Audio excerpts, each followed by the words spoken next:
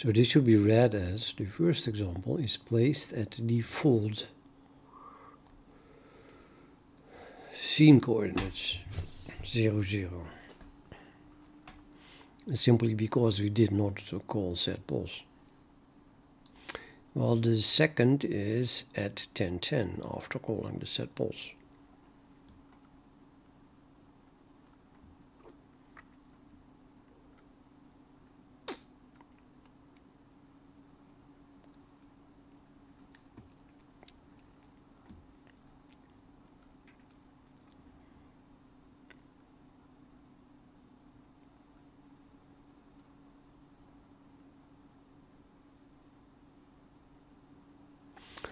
It said relative to the scene rectangle.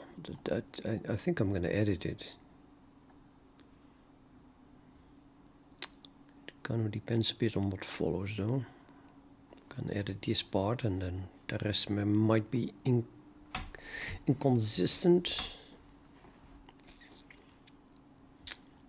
It's a super long post, so probably should read till the end first.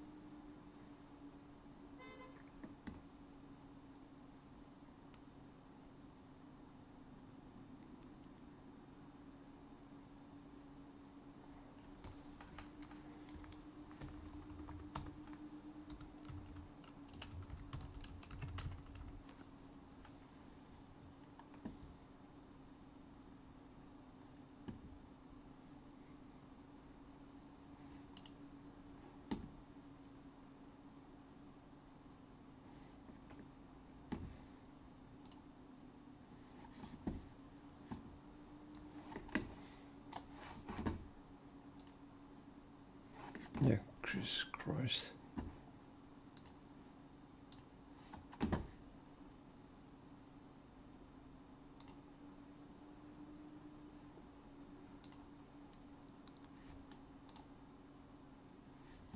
The things you have to do to not see the advertisements these days.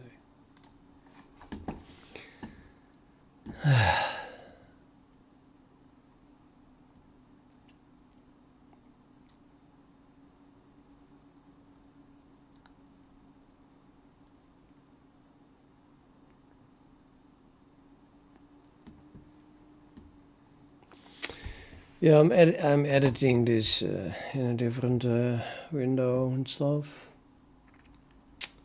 You draw a 10x10 square with the top left corner at 1515 pixels from the origin. Between brackets, the top left corner of the top level window. You place that window on the top left corner of your screen. And it will happen to draw the square exactly at 1515 pixels away from the top left of your screen. If you move that window, though, the square will be shown at a different position relative to the screen, but still at 15,15 relative to the window. If that widget is then shown in a parent window,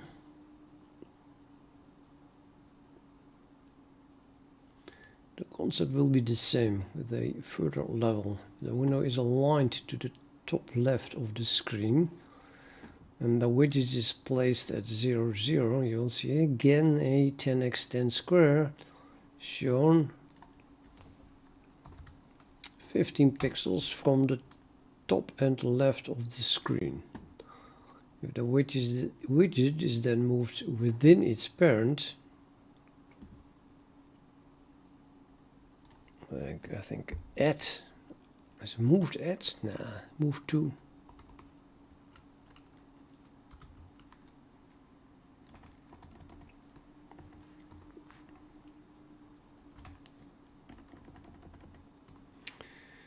(18,18), the square will be shown at I'm gonna make this 5, why not?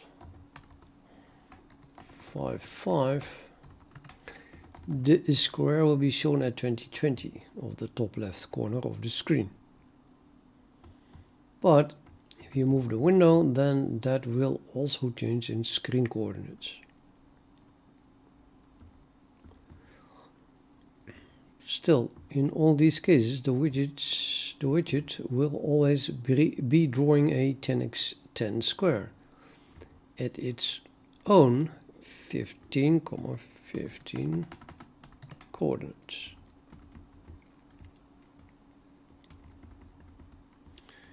The common misunderstanding with the graphics view framework is that at first sight everything seems to exist in scene coordinates, including the bounding rectangle.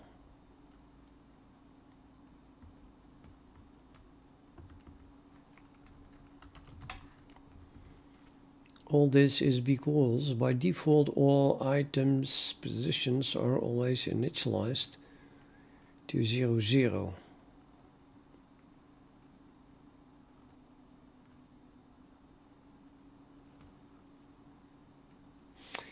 Yeah, that is so unclear.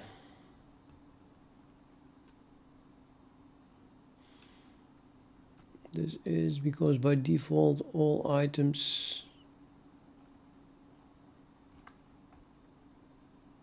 would be item positions, but okay, are always initialized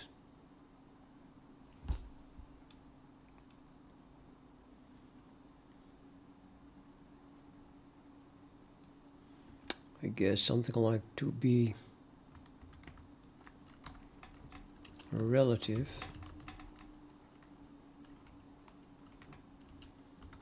to 0, 0. Scene coordinates.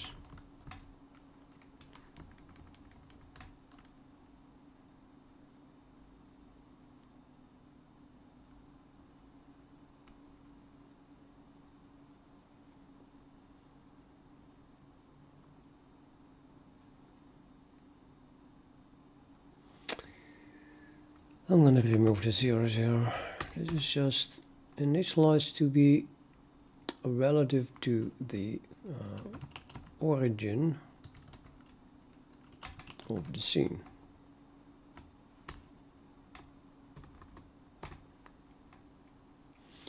Or more precisely, QF, default constructed QF.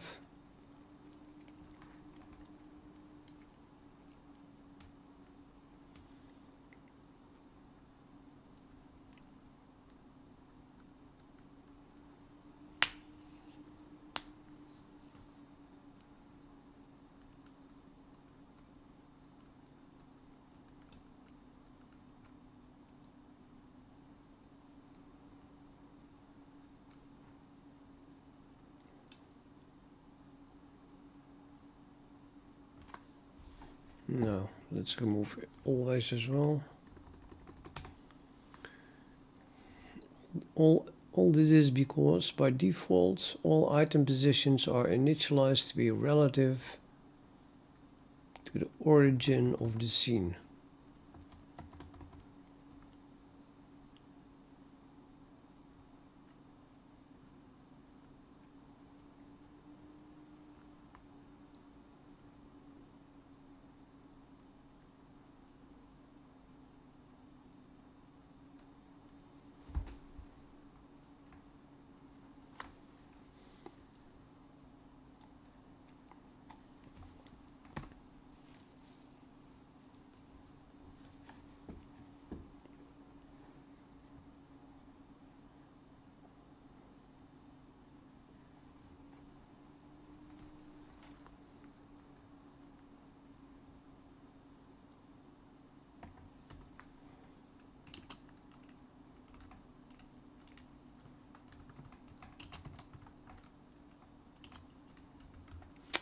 So 0, 0 in scene coordinates corresponds to 0, 0 in item coordinates.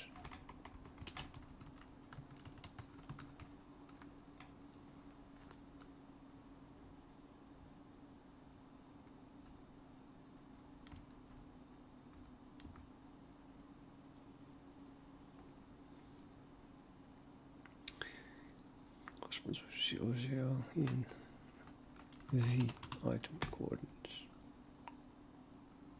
Items coordinates.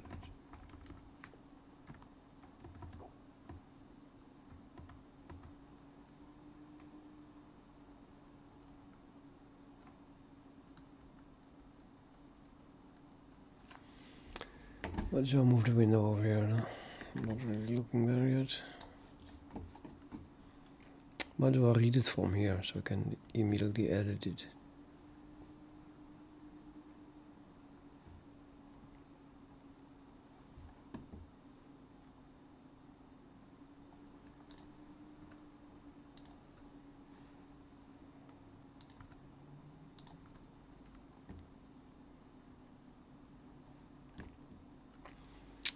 For instance, when adding a GUI graphics rect item with the GUI graphics scene add rectangle helper function, one might believe that the item exists at the given coordinates. Take for instance scene add rectangle.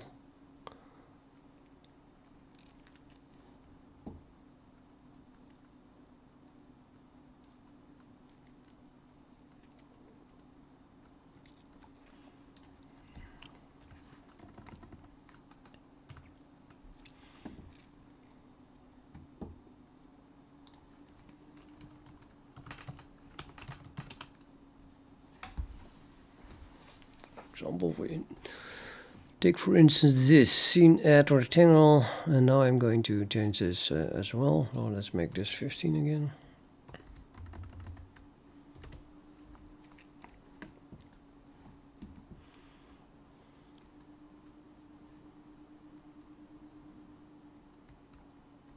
I can delete this now, I think, because I am a C++ dev.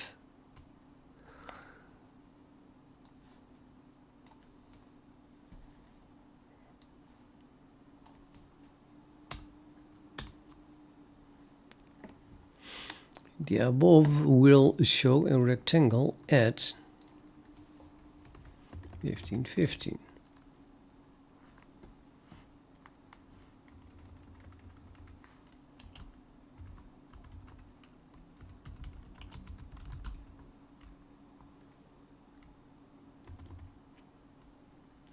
Relative to the scene rectangle.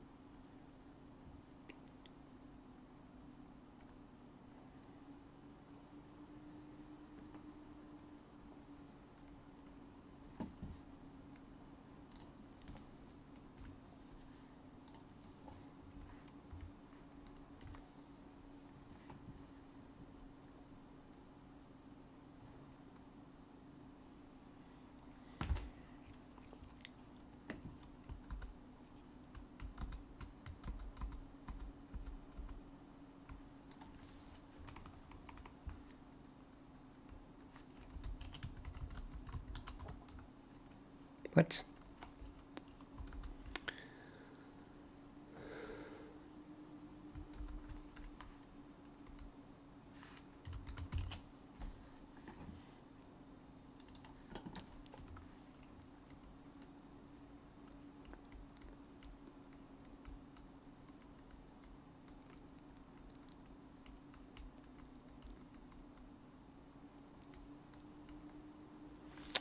Don't have that anymore.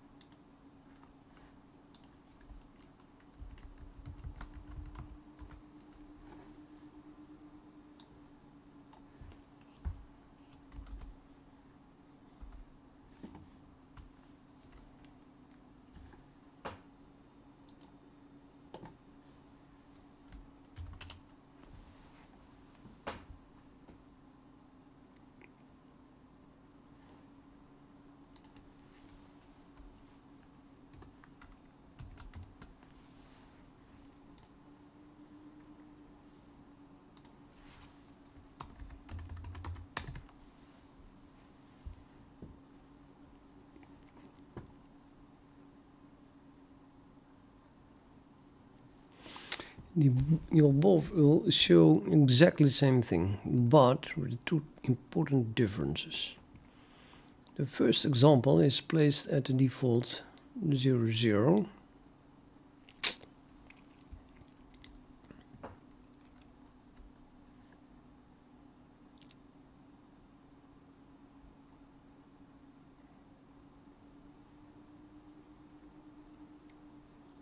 Yeah, see.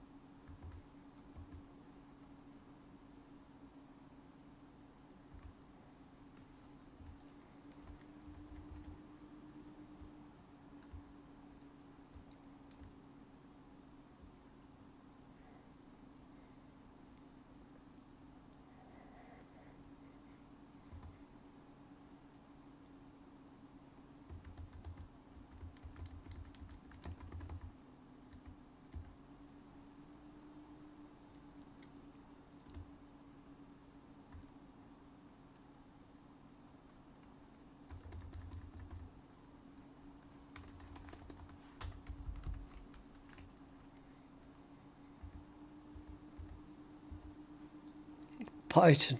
No.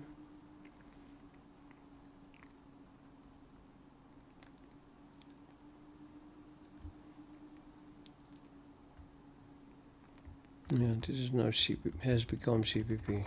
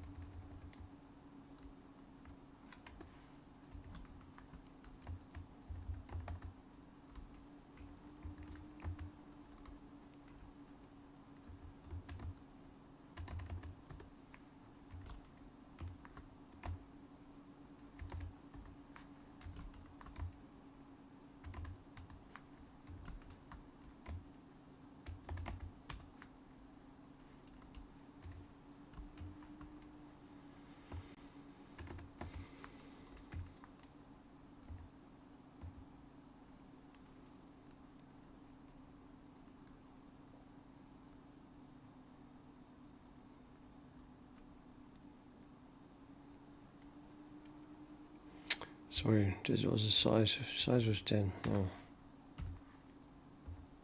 So we put it at 0, 0, and then we move it to 150. But this is relative to the center. Because this is relative to the center, you have to move it actually x minus. Yeah, we have to subtract the width to go to the top left coordinate.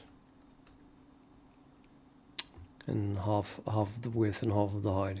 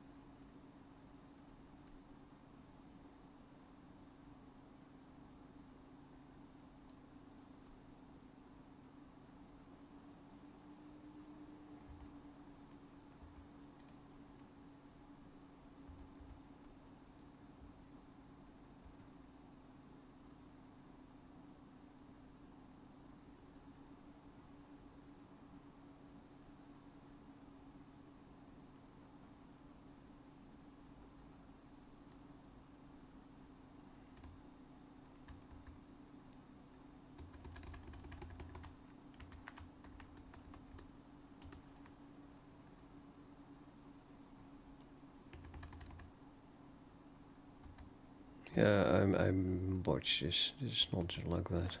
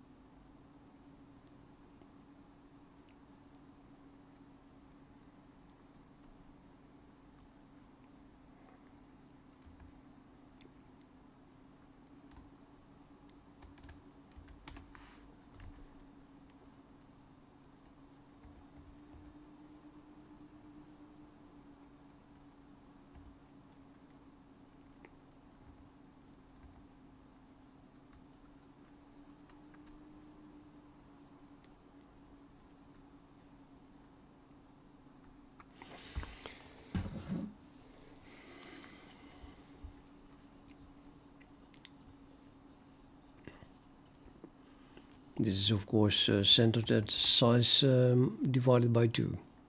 It's not very nice. I'm not sure about this. What the set rectangle is doing. Is that changing the rectangle? Probably. It's completely overriding what you did here, so it doesn't make much sense as example.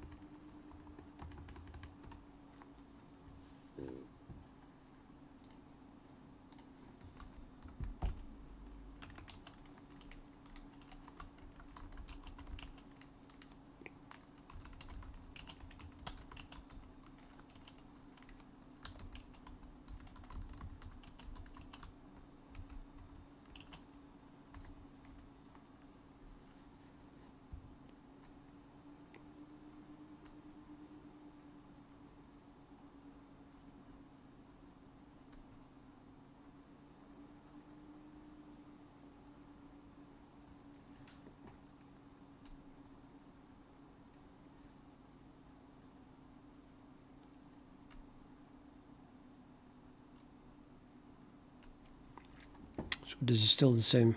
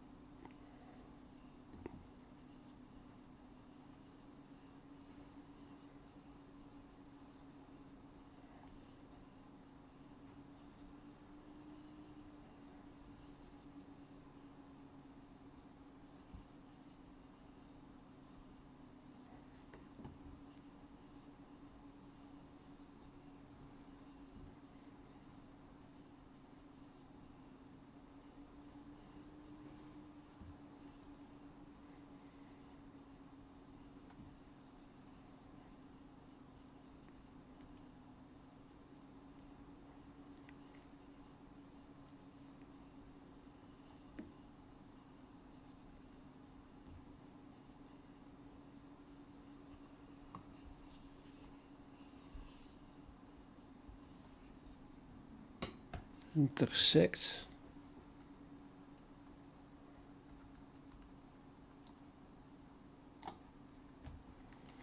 How do you write intersect? Like this, I think.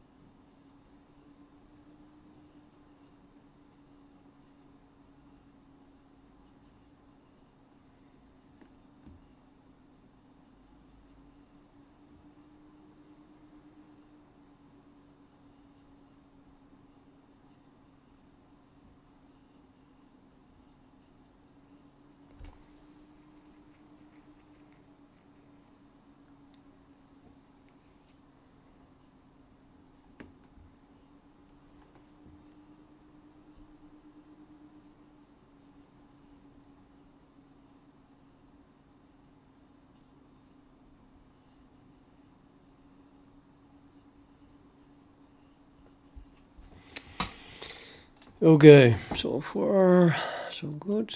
Put this over here again. So I read all the way up till coordinate system and units, no?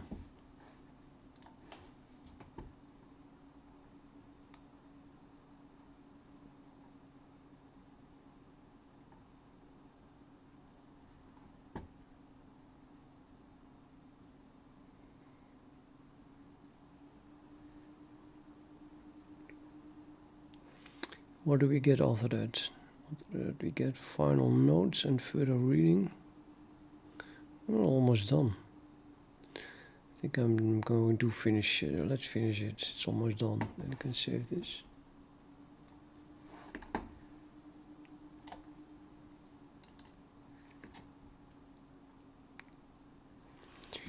Note that all this is not a peculiar behavior of the graphics view framework. In reality, it just uses common geometry concepts, the Cartesian coordinate system and its related reference system. Similarly to, well, with the y inverted, but okay. Similarly to basic algebra math, the concept of unit is completely abstract. It follows the principle of standard basis. There are logical units where one unit is just one. It's not a pixel, it's not an inch, a millimeter, fingernail, an atom, etc. But it can become so it becomes so as soon as a reference is given to that unit. When the scene is drawn, though, it uses the device pixel on which it is painted as reference to the coordinate system, meaning that one is usually one pixel, unless transformations are applied or another reference system is used. Consider a physical printer. For instance, drawing a QRECF RECT-F 001010 will display a 10x10 square that will actually toggle a 10x10 pixel square on a standard screen. Toggle?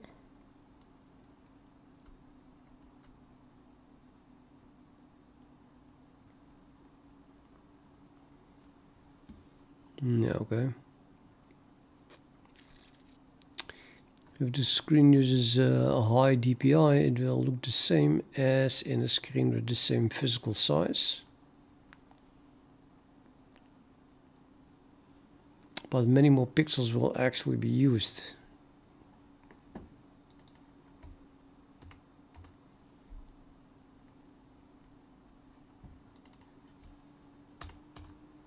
Actually can always be removed.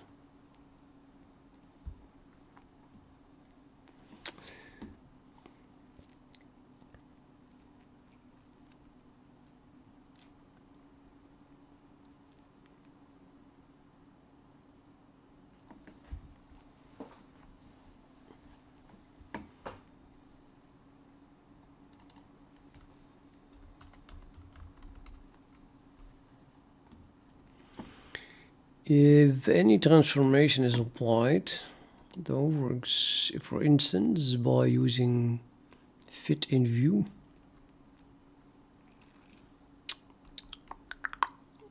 the same rectangle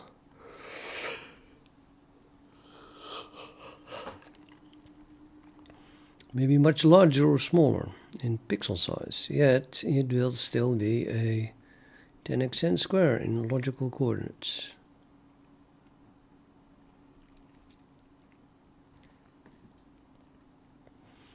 In most cases, you cannot rely on the view to draw anything at specific coordinates unless the scene rectangle is unless the scene rectangle and possible transformations are properly set.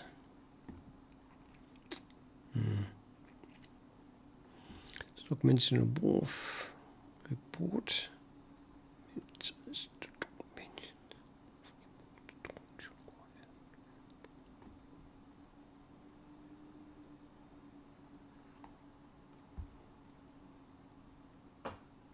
Oh, as the docs mentioned above report, drawing should always happen within the bounding rect and eventually include bandwidth.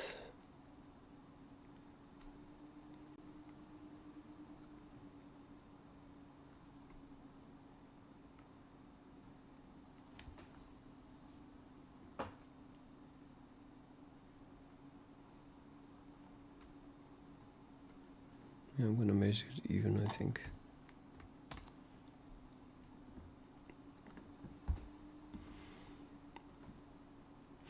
Even if you use a pseudo-absolute scene coordinates.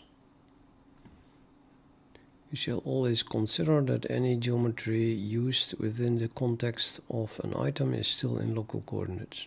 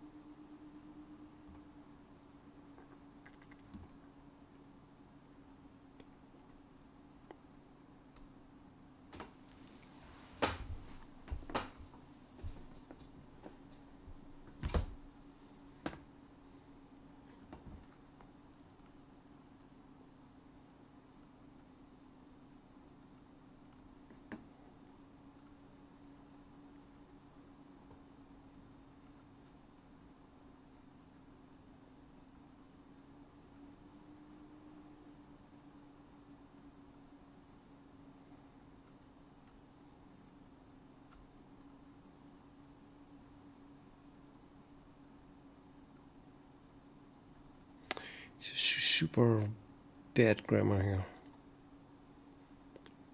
Yeah.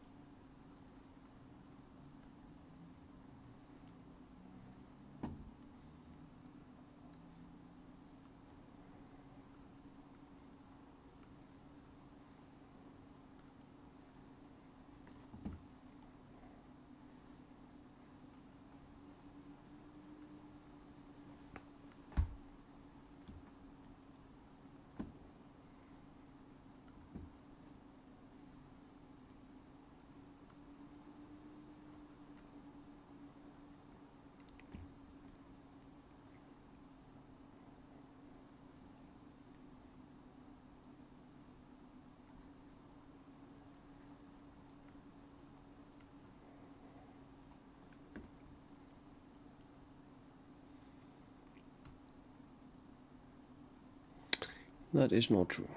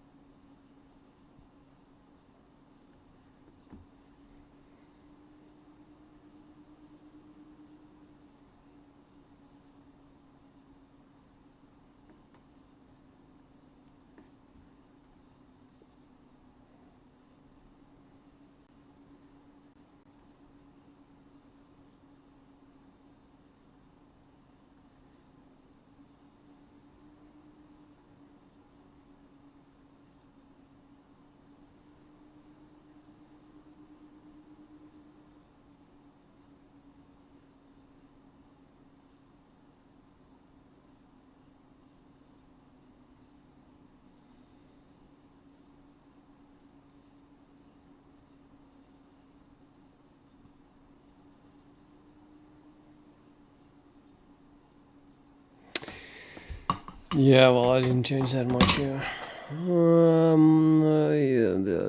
Yeah. Okay, I think I'm done reading this.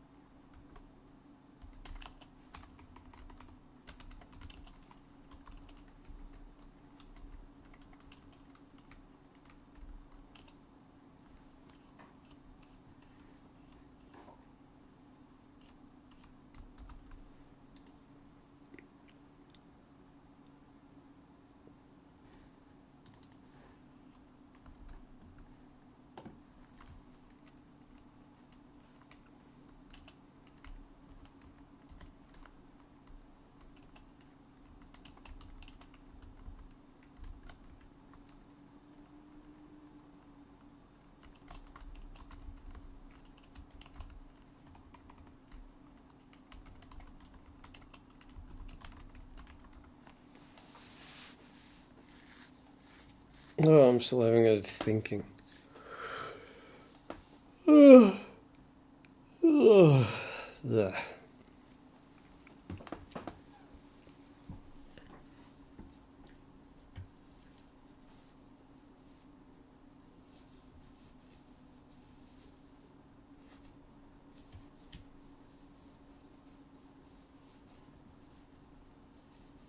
Adjust. Okay.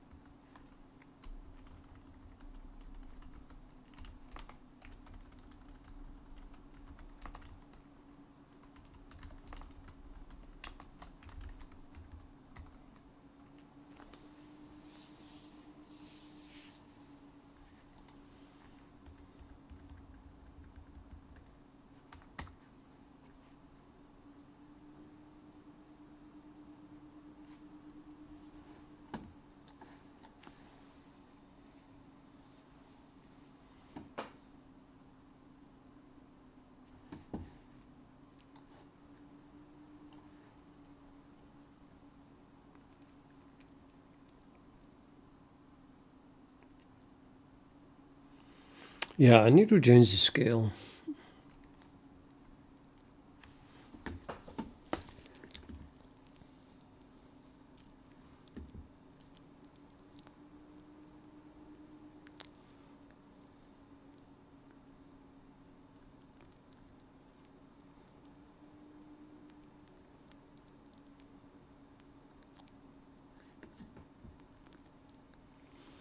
Now, interestingly, so the scene transform, whatever that may be, as it were, because I still didn't pinpoint that very clearly, did change to 100 100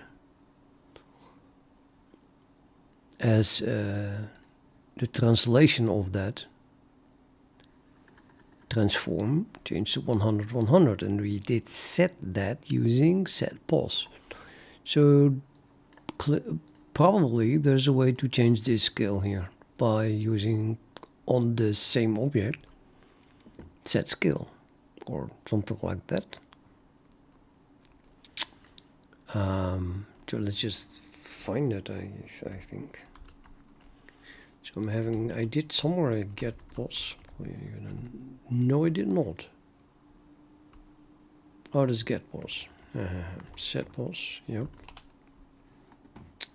And that's being called here on test_rect2, which is test rectangle, which is derived from GUI graphics item. So that's really what the member was up from. So GUI graphics item has an set pos. Let's look at the documentation for that. Can at the very least I search for GUI graphics item? Nope.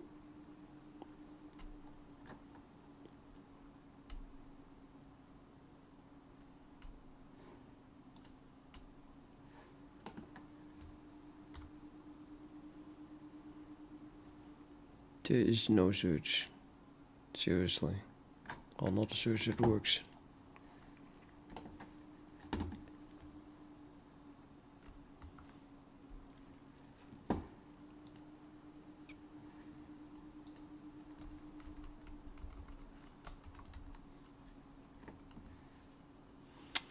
And now we have no pos. This is the GUI graphics item class.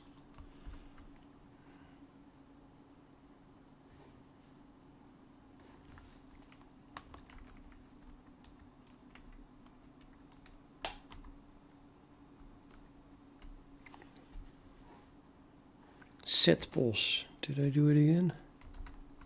Add pos. I did something similar. Set pos. Okay. Yeah, and it is called set scale. So I'm gonna call set scale.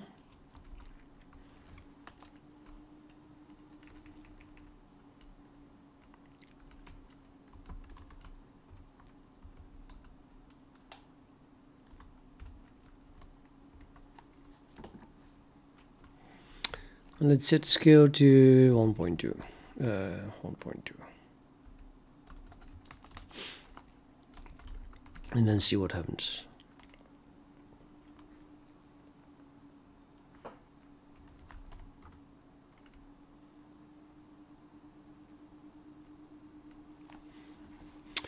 Oh, that is actually surprising me. I thought the origin would be shifted as well. Well, the order in which you do these things makes a difference, right? So now we have a translation of 100 100 and a scale 1.2.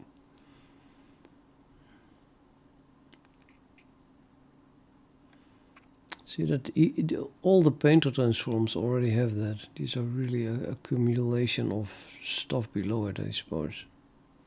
It's one of the reasons you can ignore it.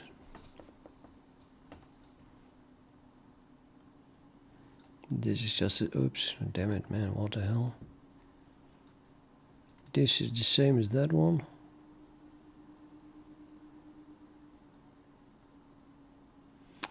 And the same as that one. And these two are just combined.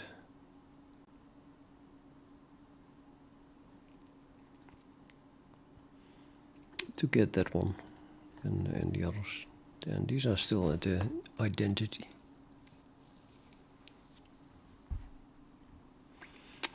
Yeah, it did reflect on the scene transform.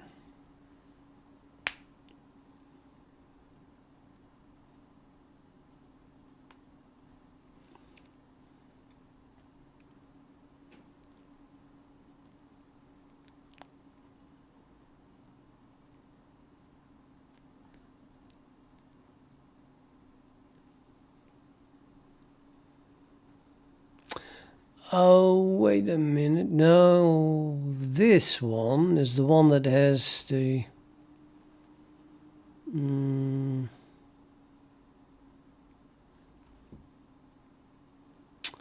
don't know which one is which one. I should be able to see that from the exposed. I think this is the one that is moved.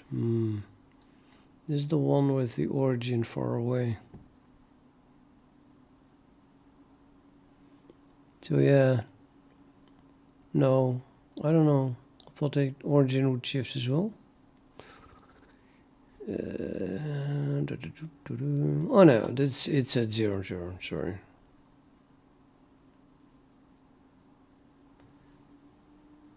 Yeah, this is the paint where the origin is non-zero. And therefore, if you change the scale of this one, then the origin will shift.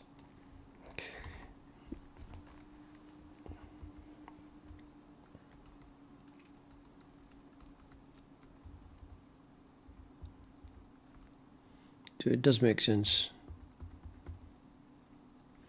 I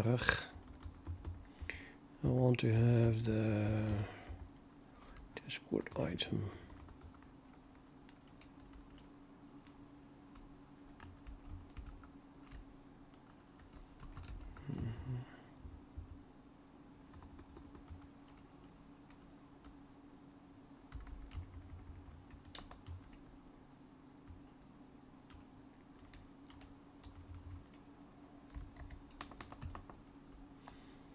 No, let's make this different one.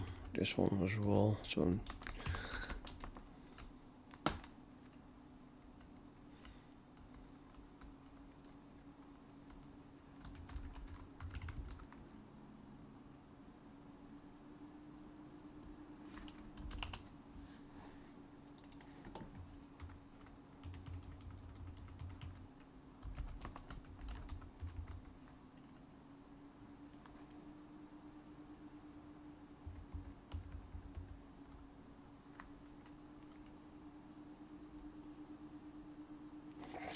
yes.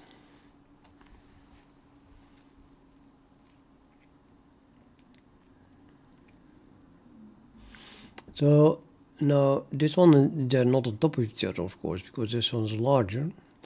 But also the top left is no longer at the same place. This one did get a little bit bigger, but it grew. So the anchor point is the top left here, so it just became bigger in this direction. And here, this top left came from here, and due to the scaling, it went all the way there. So this is 1.5. And then here we also have 1.5.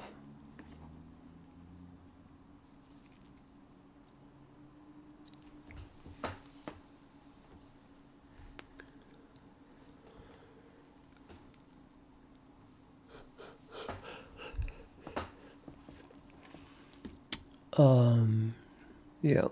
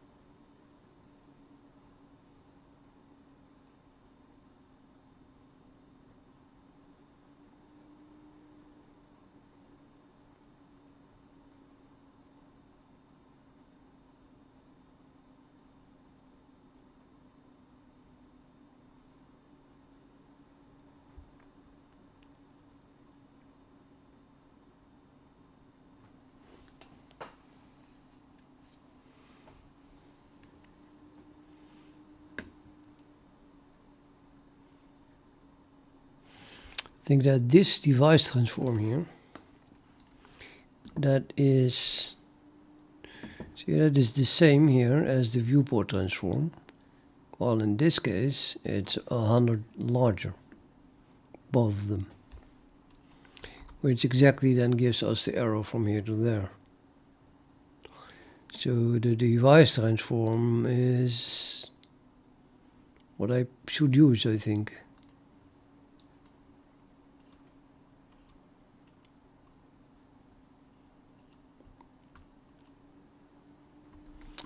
But then after scaling, I'm not sure, I'm just going to draw it. Let's draw a green line.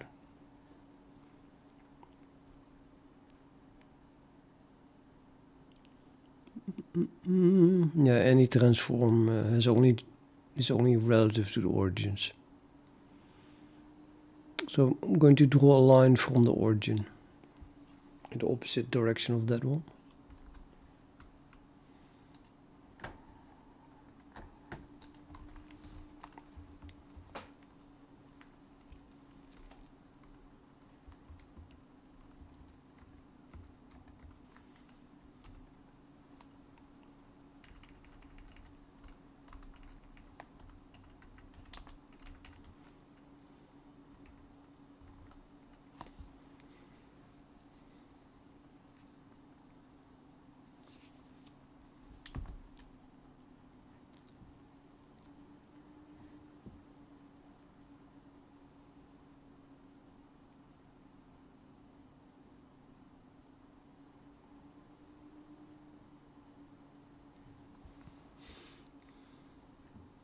So that would be the item device transform.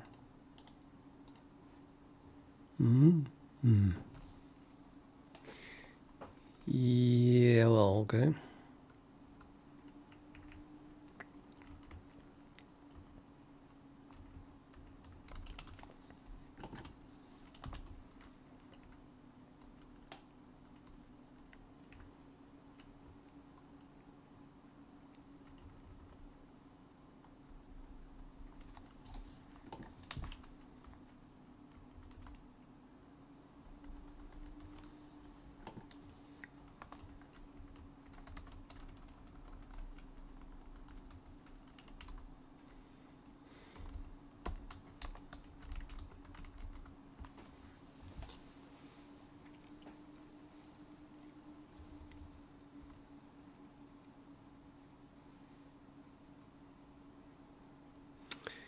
Oh.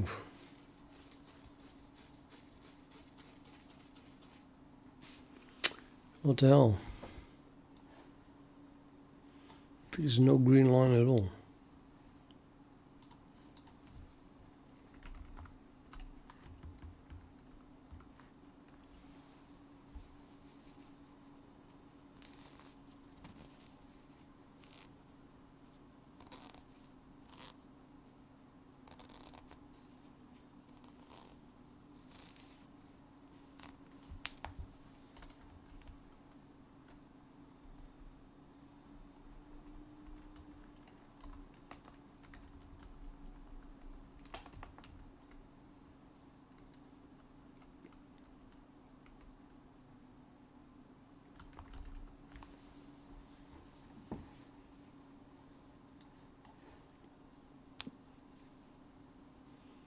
That is impossible. Let's not draw this one.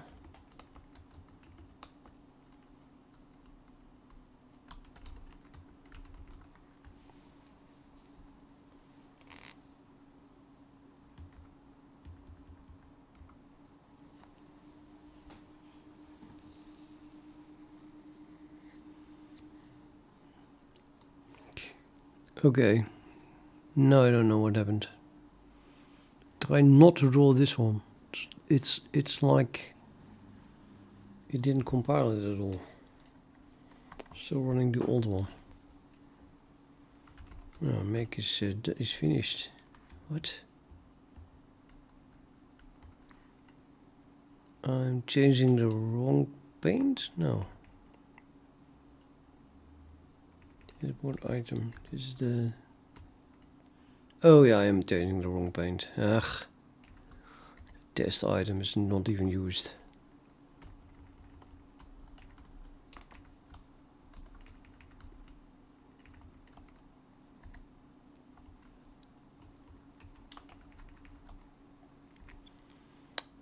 This rectangle.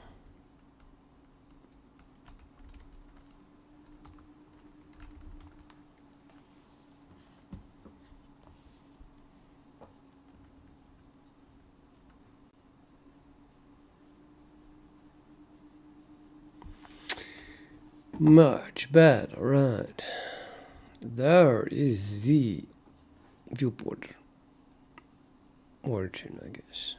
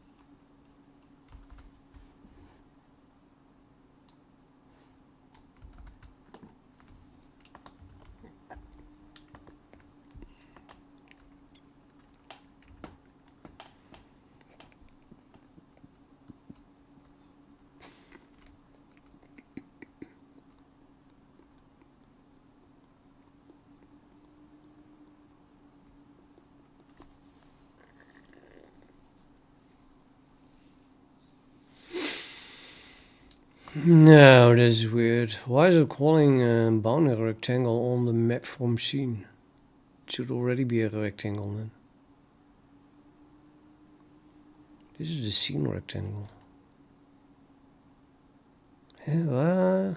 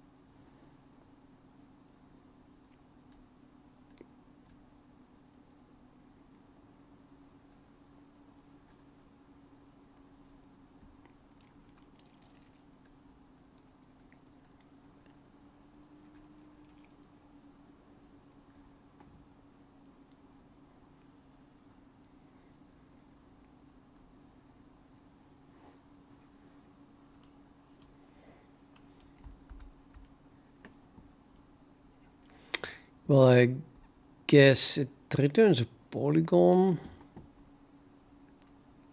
And I guess the polygon has a bounding rectangle, which then coincides with the rectangle that it represents anyway.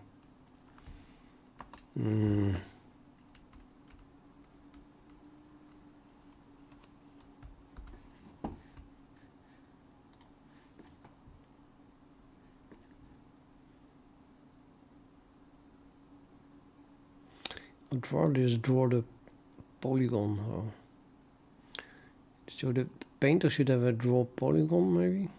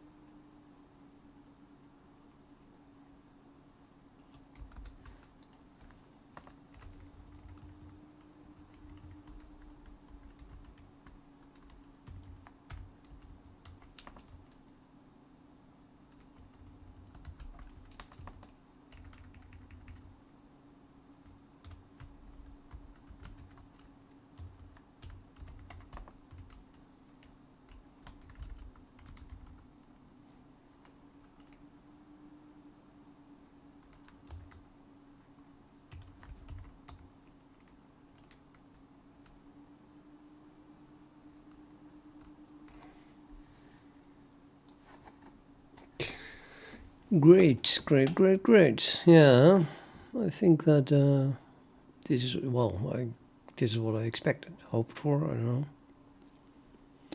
So we have, this is the bounding rectangle of the one item, and this is the bounding rectangle of the other item. And since I did not manually specify the bounding rectangle of my scene, that was set to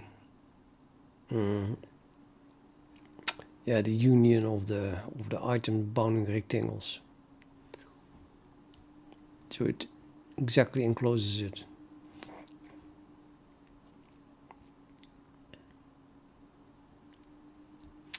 Now you can wonder, surely the bounding rectangle of the scene does not necessarily coincide with 0, 0 in the scene itself, or does it?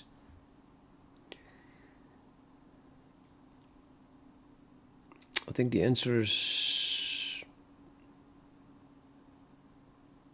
I don't know. I don't know.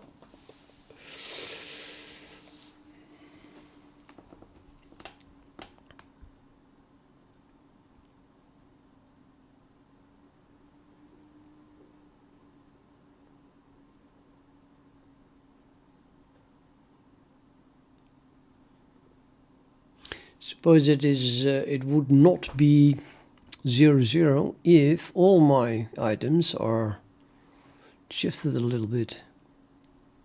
This one was drawn with the top left corner in 0, 0 and not shifted. Therefore, the bounding box top left corner is 0, 0 item coordinates and scene coordinates. And since it is used to calculate the bounding box of the scene, the top left of the bounding box of the scene is then also in 0, 0. So how can I change that?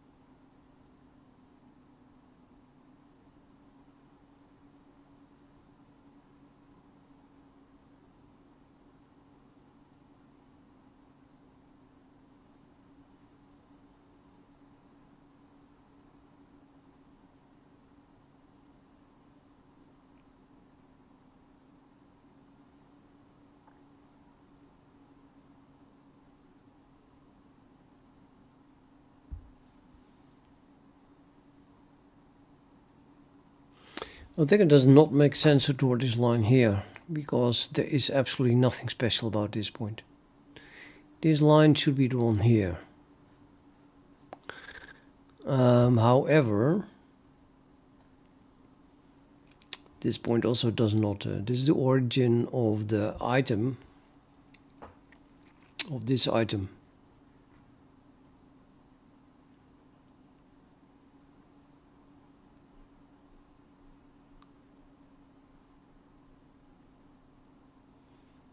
I really wonder what.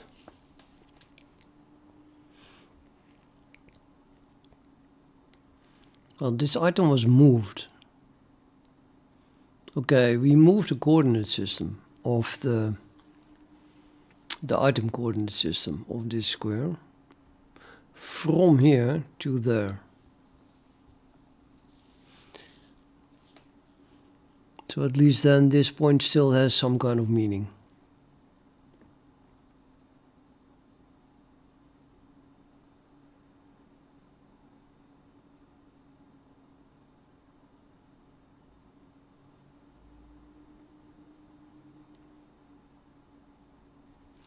So I'd say that, what is this then in terms of that?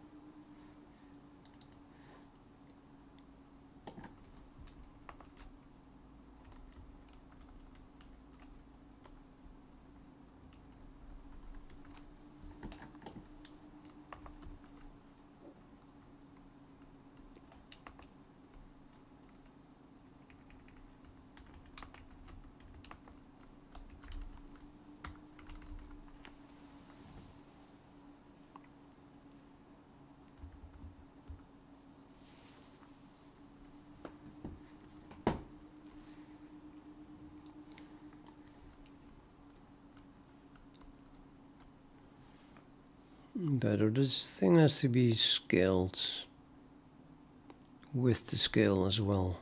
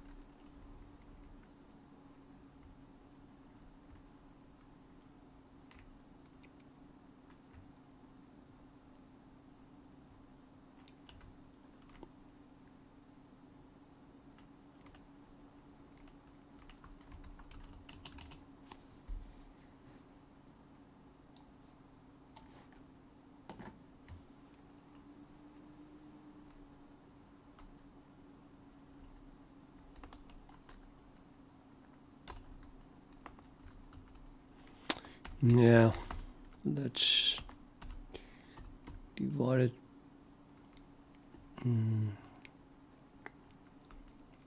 Let's see what each of them.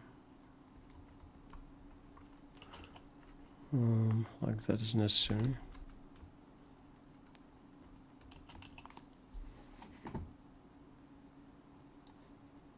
I think this is M11.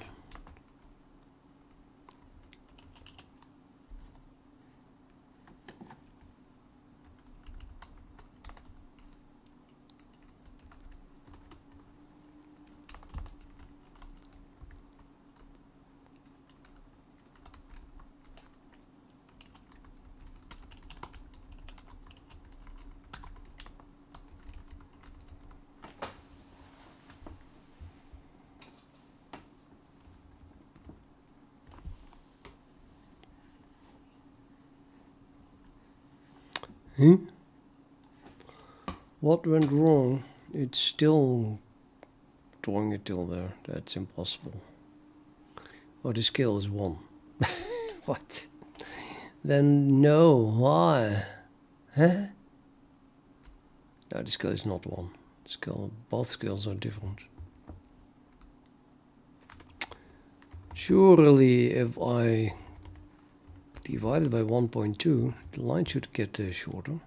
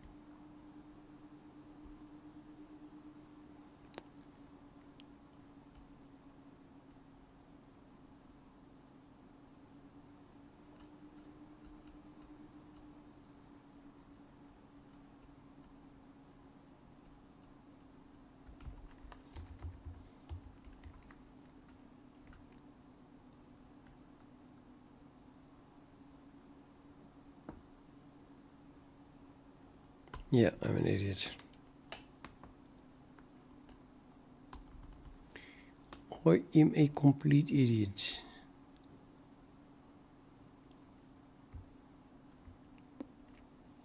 This is the one.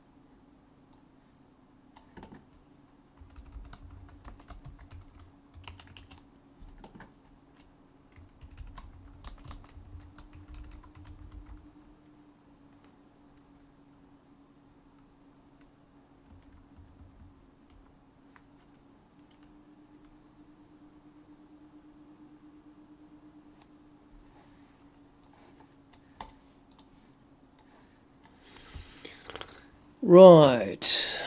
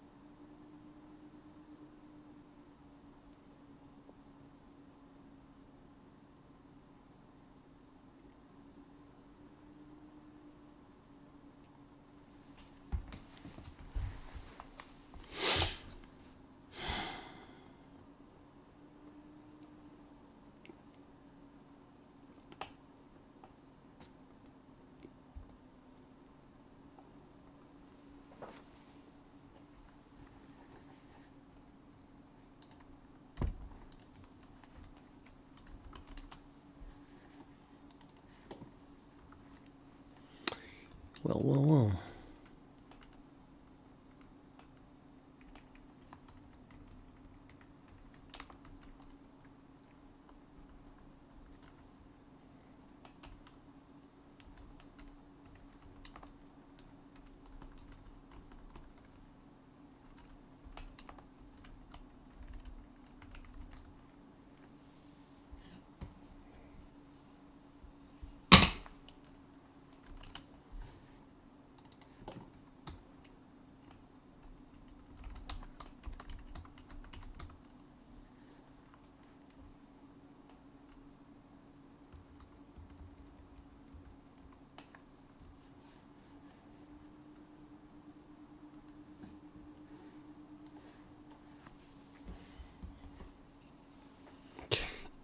A new mysterious point has it's out of nowhere.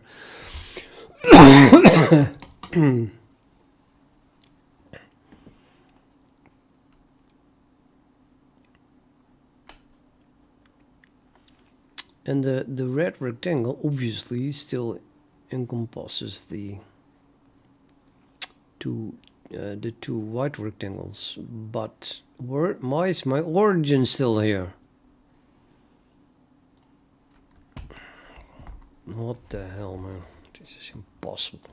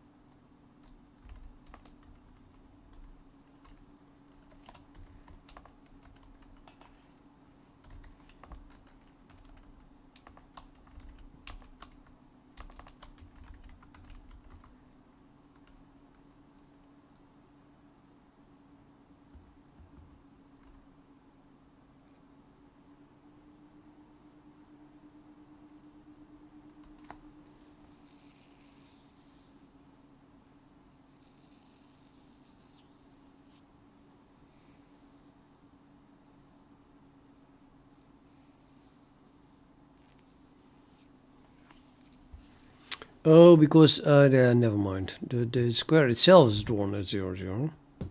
I should not do that. What I really wanted to change, although this was very interesting to do, is not using 0, 0 here. Let's choose 30 and 10 or something, maybe. I don't know.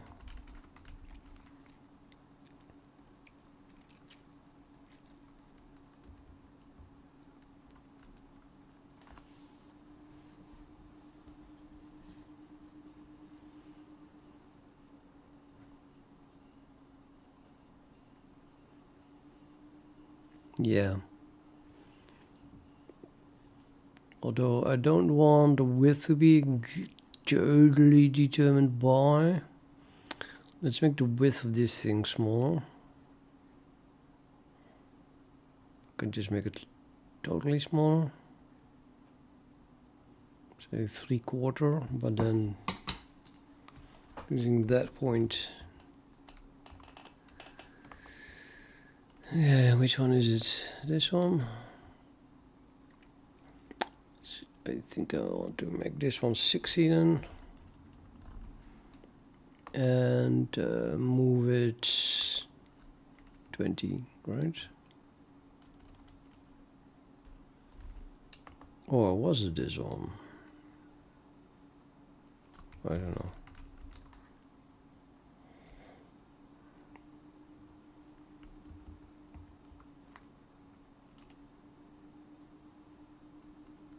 Yep.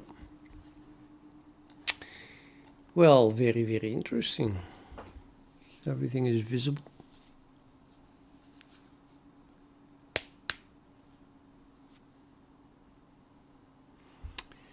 And we have no lines at all from the top left corners here to whatever. And absolutely nobody knows what this is, obviously. What is this point here?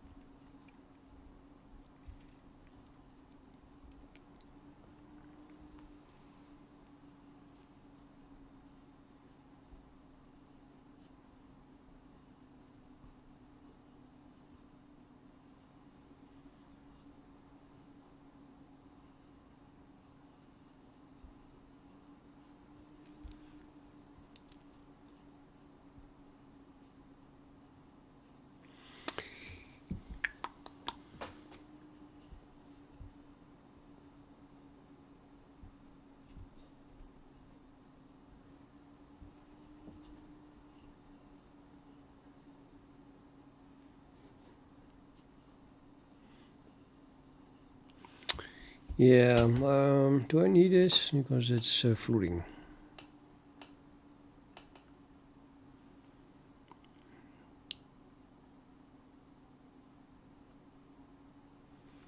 Suppose I need it when it is being called from paint, but not otherwise. Otherwise it's just annoying.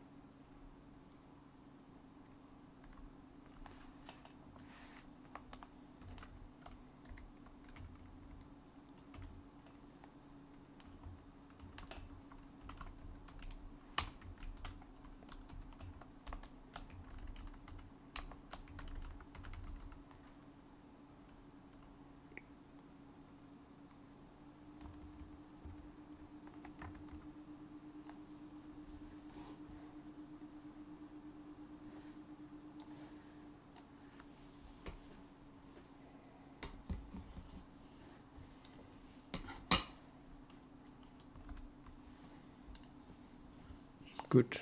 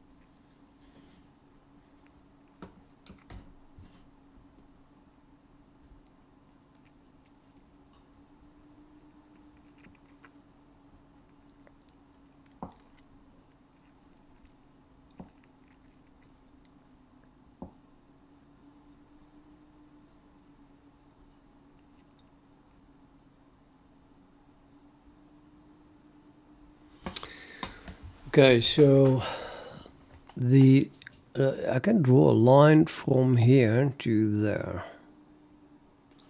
That would be this 3010. But the expose is a bit, nah. I would rather see some kind of... It's a bounding rectangle. That's probably better.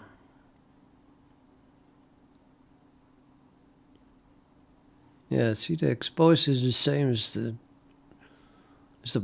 expose is completely the same as a bounding rectangle. It's just the same.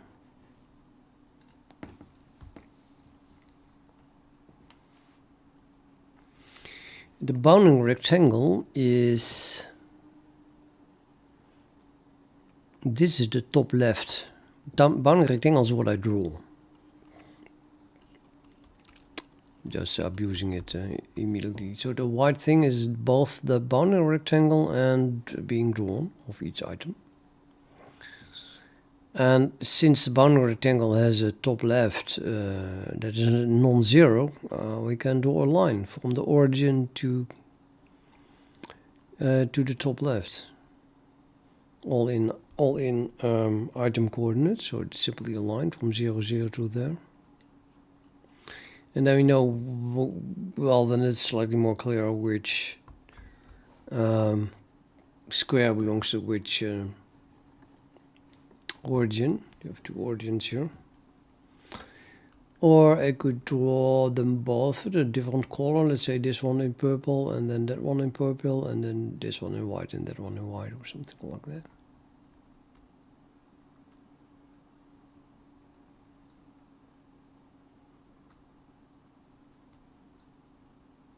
Could draw everything in one color because they don't overlap anymore. So just use two different colors for the two items that I have.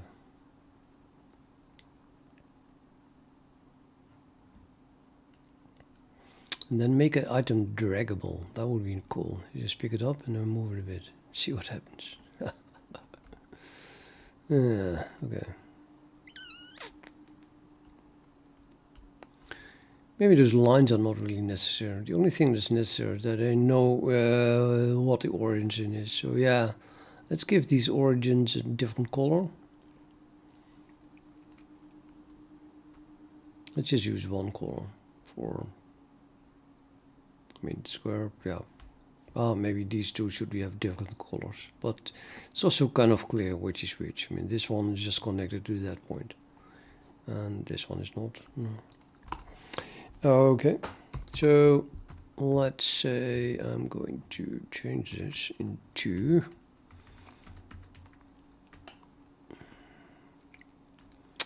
I need a color. Well, I have a color actually. I think I have a color. I pass a color to the constructor. You could just use that. I've even have two colors. This rectangle has two colors. They are a bit named weird. Frame color and fill color. Let's call them differently. Okay, frame color is the frame color, and then the fill color I'm gonna use for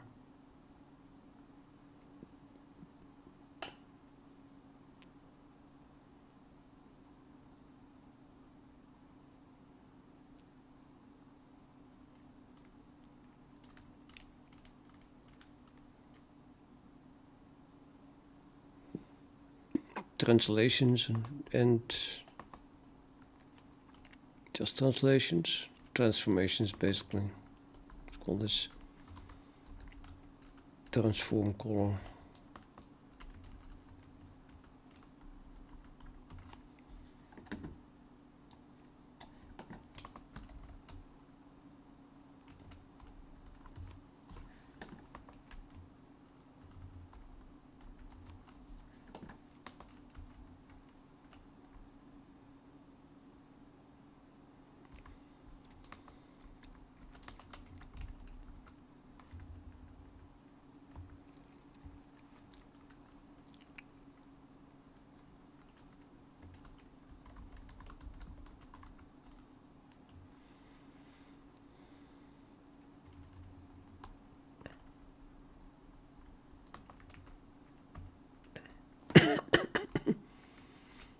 Here's orange. It doesn't compile. Blue is a shitty color.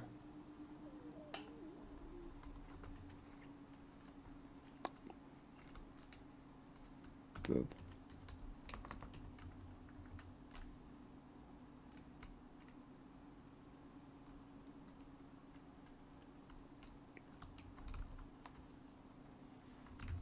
Let's fix the colors first. Or I can just grab for them, but no. Okay, have it. That is chess window line 1156 or not. What am I doing in chessboard item? Chess window.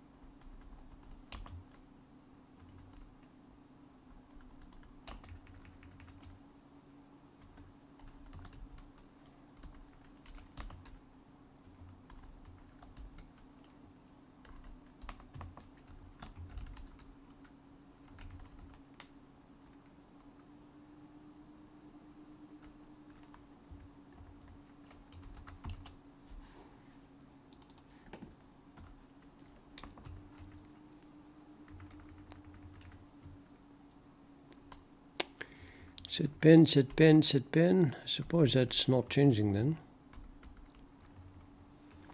I want to keep this one at red though. Okay, let's keep this on then. And then we use the transform color here.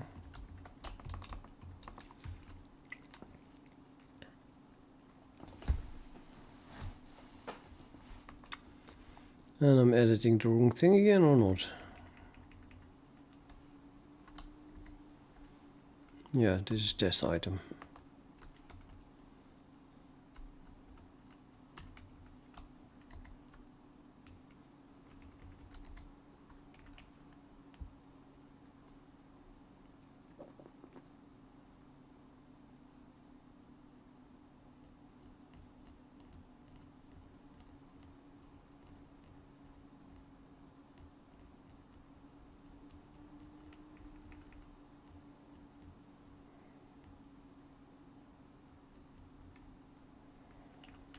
Okay, this is the frame color, and then this should be the transform color.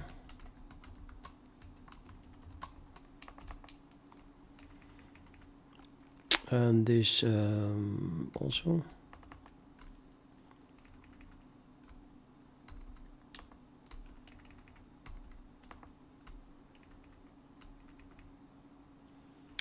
And then finally we draw in red the scene. Bounding rectangle.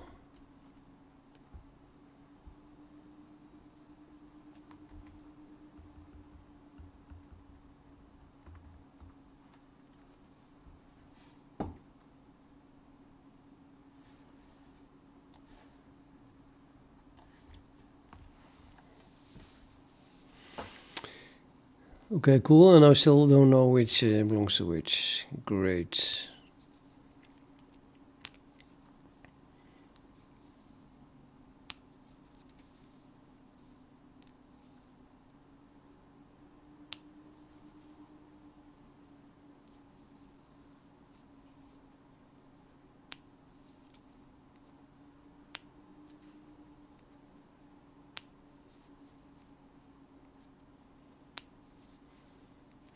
Maybe this is the scene coordinate. And I should be able to draw a circle around the scene coordinates,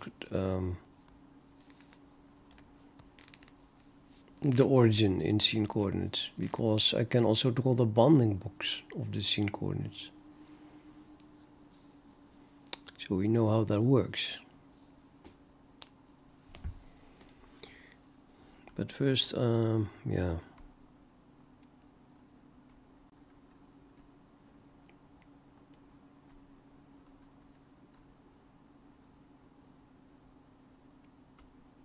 This is one color. Fuck.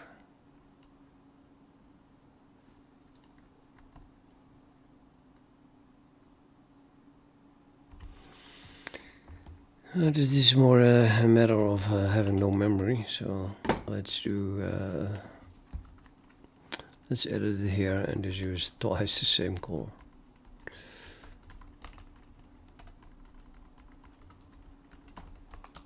It's easy to remember.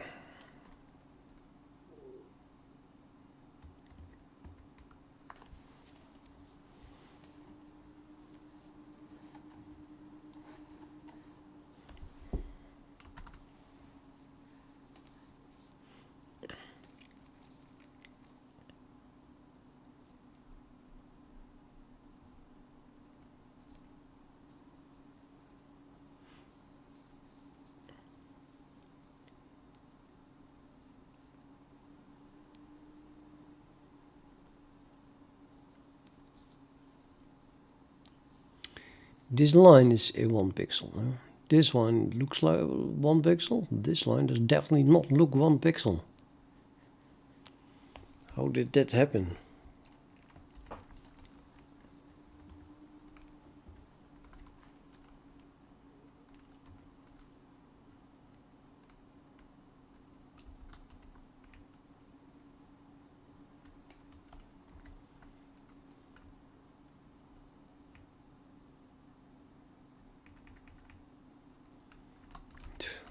Completely wrong file again.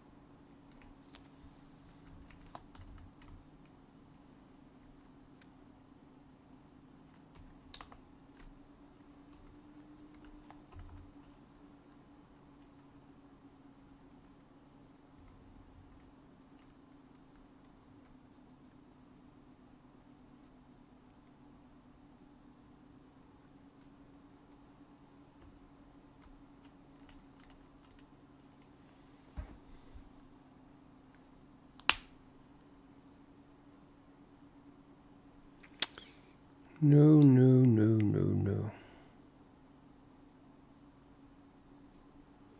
This creates a pen first, yeah.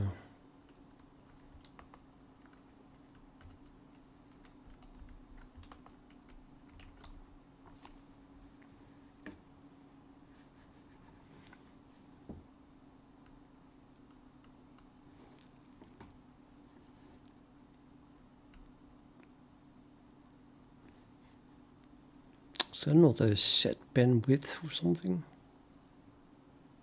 Or whatever. Let's create a pen.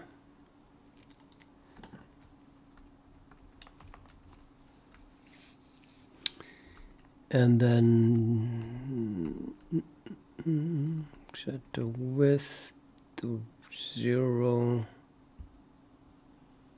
And then set the pen using the pen.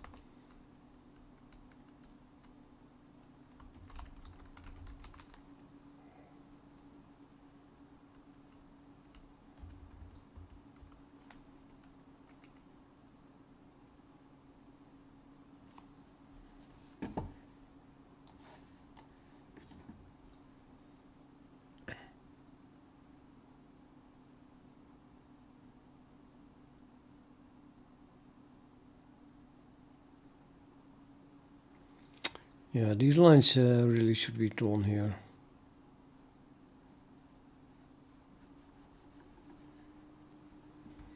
I would think. Or these lines should be drawn there. I just don't know. Depends on what you apply first.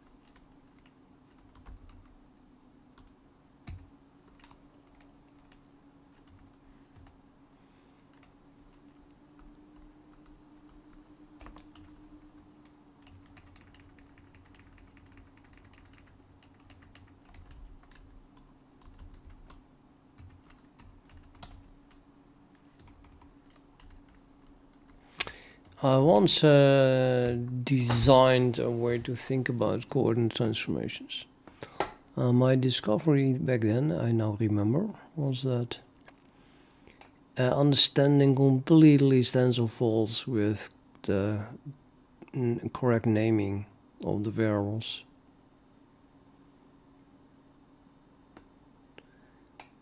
Which I only realize now. And I probably should relearn that, so find wherever I documented that, when I figured that out, and then apply it here. How did that work? Where do I have the document? Under which pseudonym did I write it? Oh no.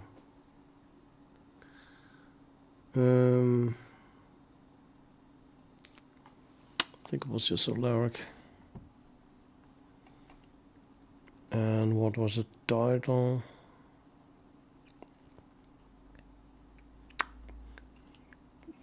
Not sure if Google can find it back. Maybe we should do that later. Just botch something up. Scene coordinates in item. In origin and item coordinates. It's absolutely horrible, but that's what I want to have. So that would be map from scene at the scene origin.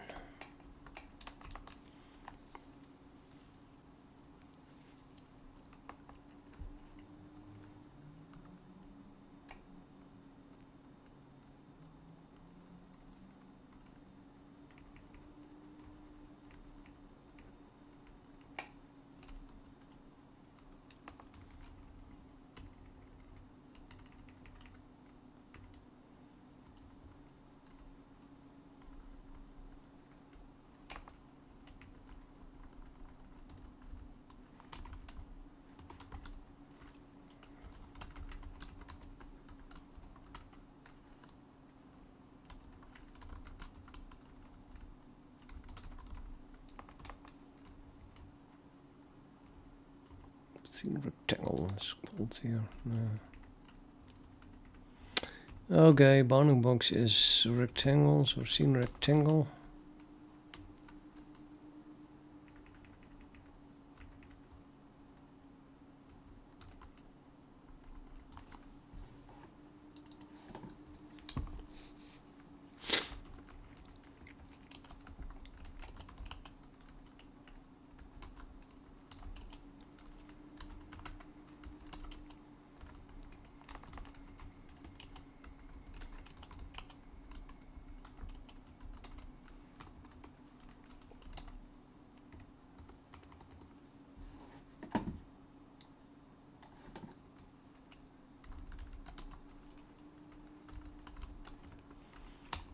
Sure does exist. Circle. So. And then some point, so that would be this one. And then a radius. Surely that will work. Small radius.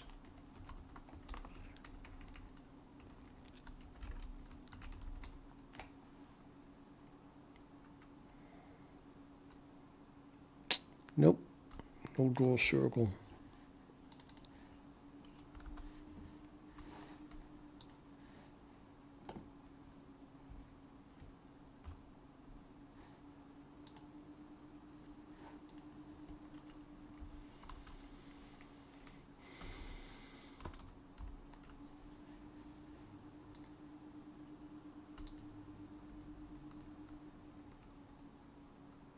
Arc.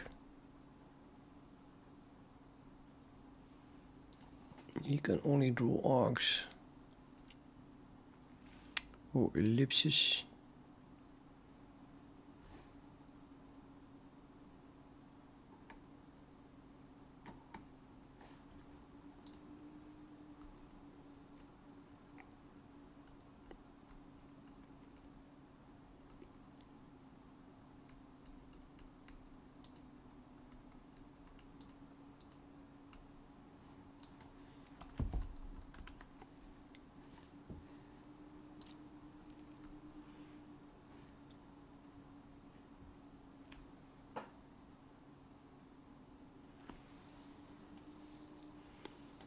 Yeah, you need a square to draw an arc.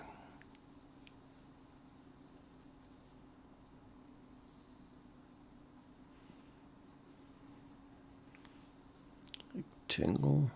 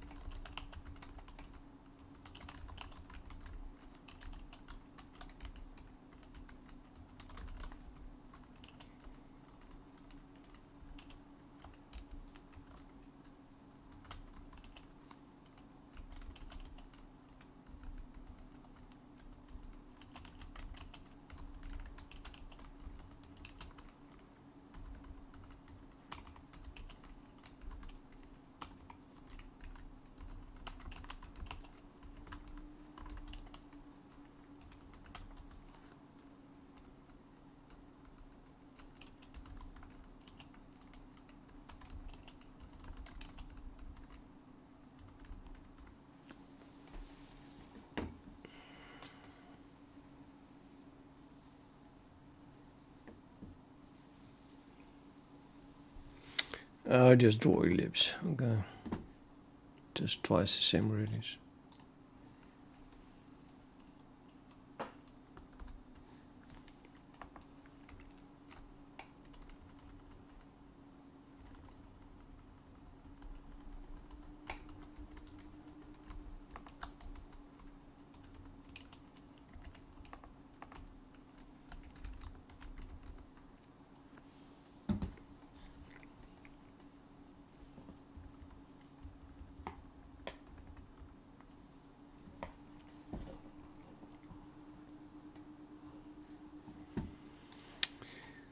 Aha! So yeah, here is where the scene origin is. And that is indeed where those lines were being drawn to.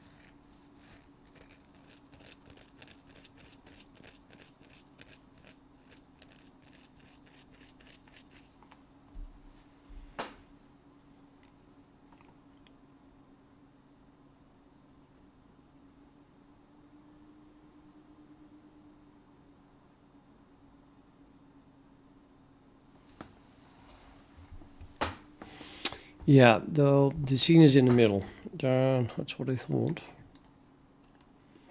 So I want to draw a line from the view to the scene to the item. Not this line, apparently. Or rather, the other way around, like ChatGPT said it, you go from the item to the scene and then from the scene to the viewport. Coordinates. It also makes sense, but since I am not drawing arrowheads, it will just look the same.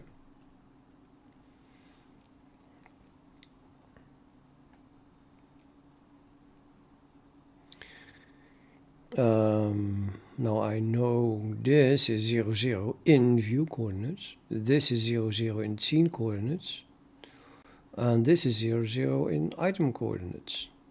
And I can only draw in item coordinates. Therefore, I must be able to convert from scene to item coordinates, which I did for this one. Now I still need to find that point. Apparently I already found it though. But probably there's a better way. Suppose I have 0, 0 in view coordinates. How can I convert that to item coordinates? So I can draw it.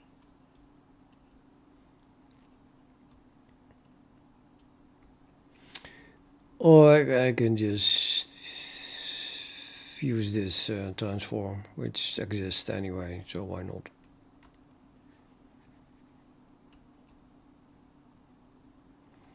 Let's do the letter. So we draw from 0, 0 to, and then we get the viewport origin in item coordinates.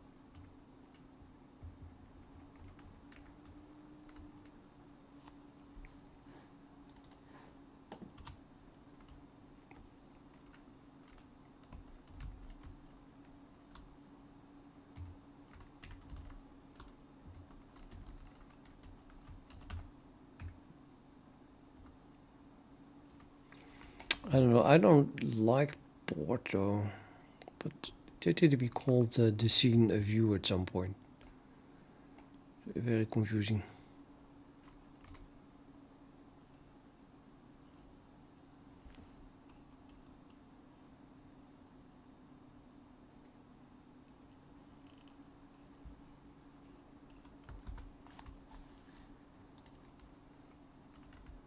Yeah, it calls it a view as well.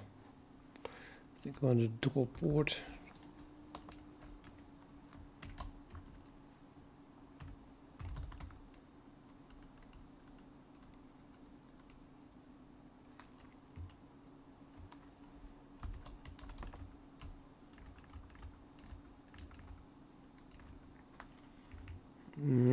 they call it viewport here as well. It's the it's viewport. Okay, well this no space, even though that's not English apparently.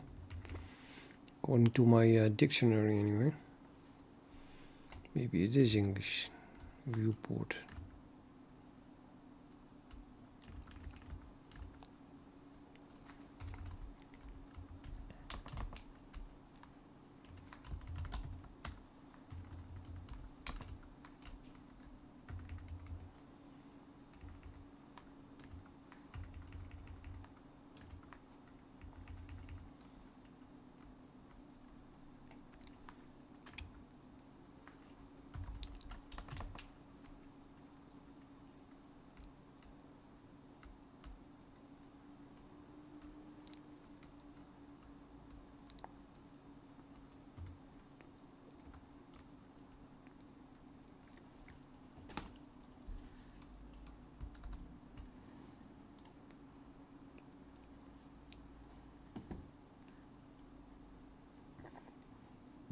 So I want to go the other way around.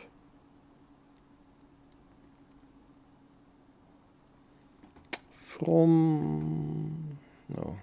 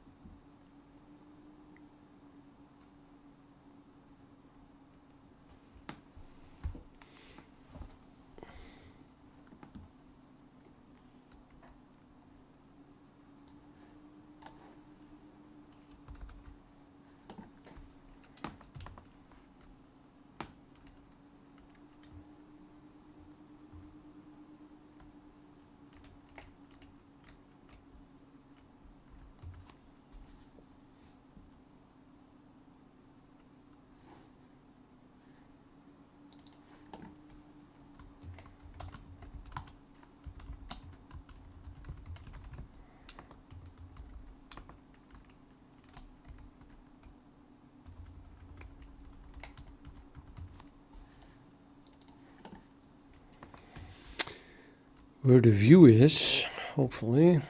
I got that from this loop here. Well, that's just current view.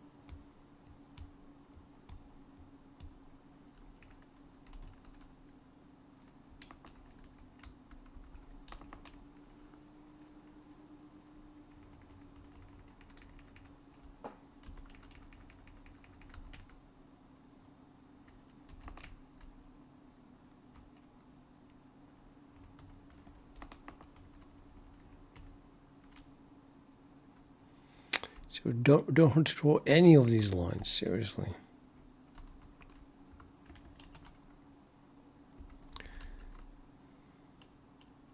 That's strange, isn't it?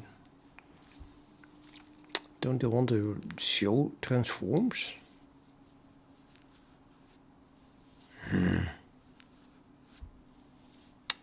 Can draw those lines, but I'm not sure if it really helps.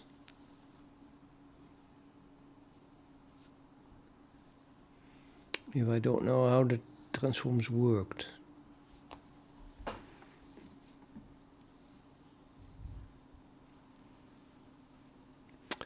But yeah, I mean, I used 2 transforms to get this one.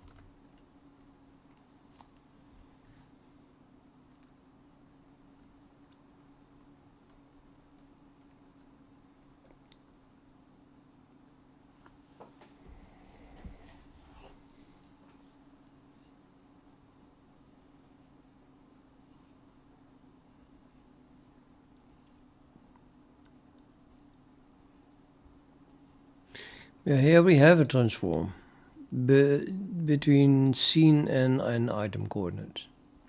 Therefore, I want to have a line between those two. That then shows the transformation, basically. Well, the translation anyway.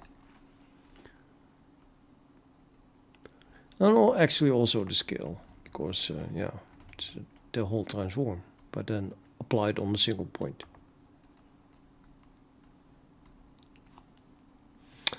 So that means that, again, scene and items. So item, this is then 1 and the other one is just 0, 0. That would be the origin in the item. Coordinate in item coordinates. So though the, I'm gonna call it transform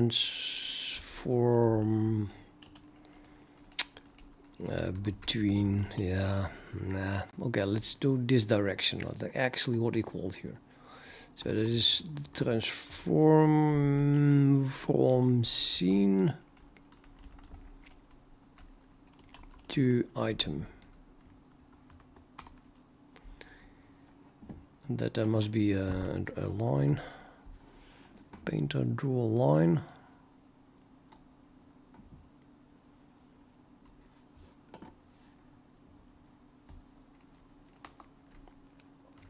Now we draw the line from the scene to, well,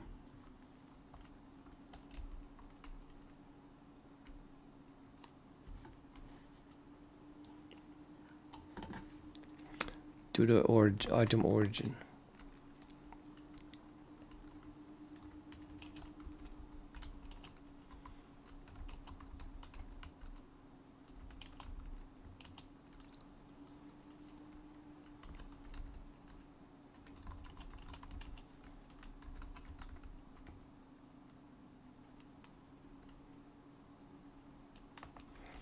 Which then technically comes first. So we go now from the viewport to the scene, and then from the scene to the item. Although in reality we would do that in reverse, but like I said, reverse is visible but with the same line. So draw. Okay, now I want to go from the viewport, which is then this one, to the scene.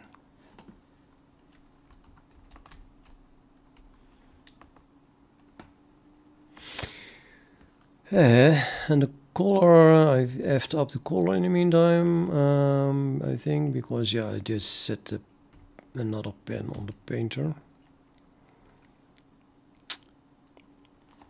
Let's just call this one again. Or rather transform color.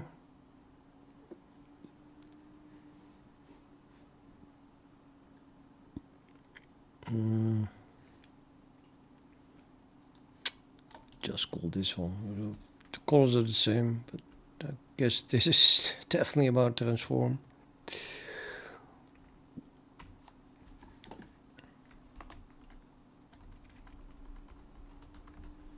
Transform color.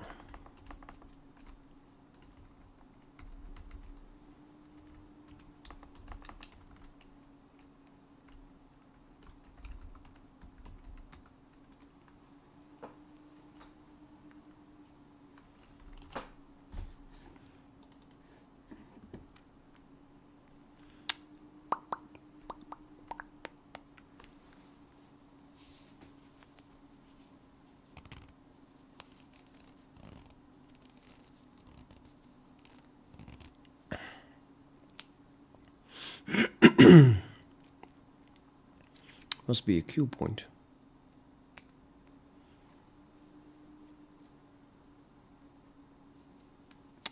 Viewport origin must be a Q point. Okay.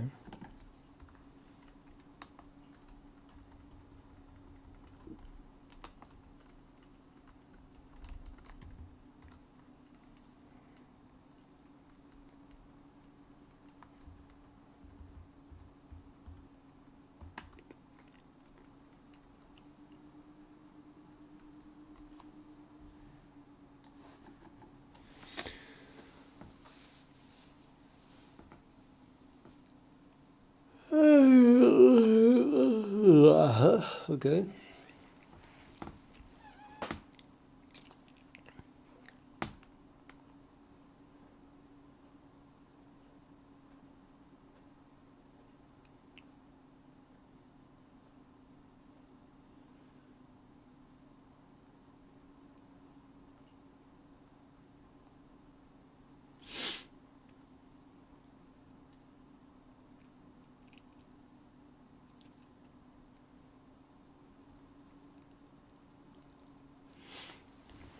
Yeah, so you have coordinates. These the coordinates of the white rectangle. I think maybe it's a square. Looks like a square. Are given in this coordinate system, and we convert those coordinates, the hard-coded coordinates, in this coordinate system to scene coordinates. Well, they are converted to scene coordinates first by the Qt library. After we call something in the paint method of the item, and theoretically that would be converted to scene, and then from scene to the pixels, and then the pixels are what being drawn. So this white thing actually corresponds to, I mean, the pixels that you see here correspond to that system, coordinate system. They have just this offset and that offset, and then they are drawn there in this window.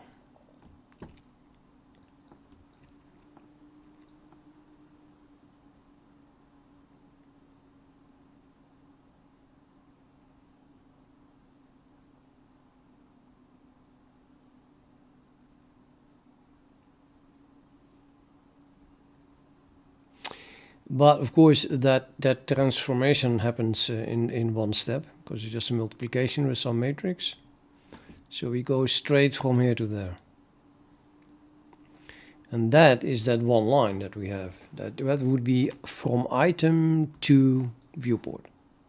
Or device rather even. But it's the same thing then here.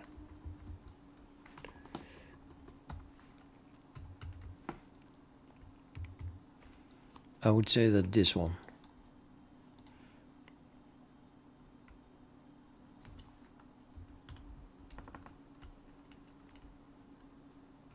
I hope.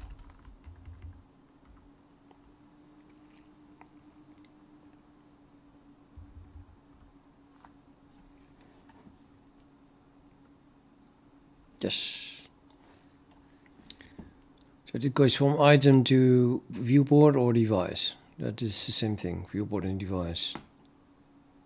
Wasn't that what ChatGPT also said?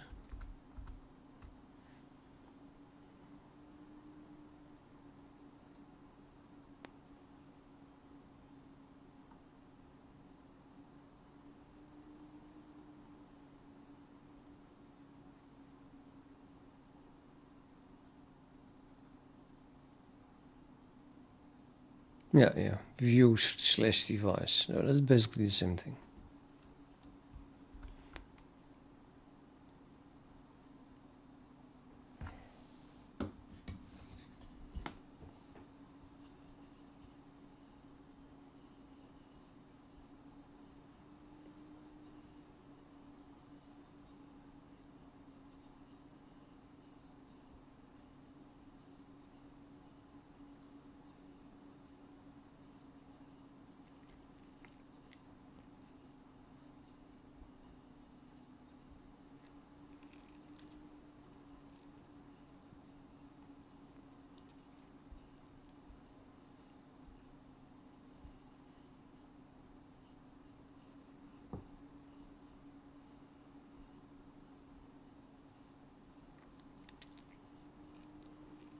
Now, I think that you can work in the scene, which is in between them, at any scale. The origin is here, relative to, yeah, those two. But the unit could be, I mean, it's, the origin is 0, 0 in scene coordinates, but we can give any value to non-zero coordinates. For example, if I want, I can have this rectangle here be 1 by 1 size in scene coordinates. And I doubt that that currently is the case. But it would be interesting to print them, because I can't show them because, well, that is the only thing that you cannot draw more than this. The square is there. It doesn't matter which coordinate system you're thinking. This is where the square is. But you can print the coordinates. So in pixels, relative to that one, you can talk about a few hundred and 80 high and 80 this one, this side.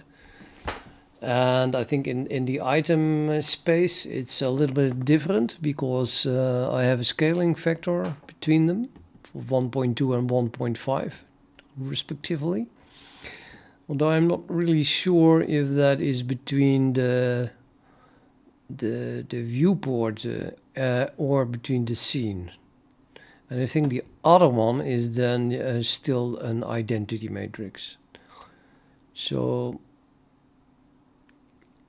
let's say this is the scale is still 1. There is an offset now in everything. Yeah? The origins are not on top of each other. But if the scale is 1 between 4 of this transform, then the width of the square in item coordinates is the same as the width of the square in scene coordinates. And the width in viewport coordinates are pixels, which is not necessarily the same. It is not the same. Now, please see if we look at the code and we can guess what the width in scene coordinates is.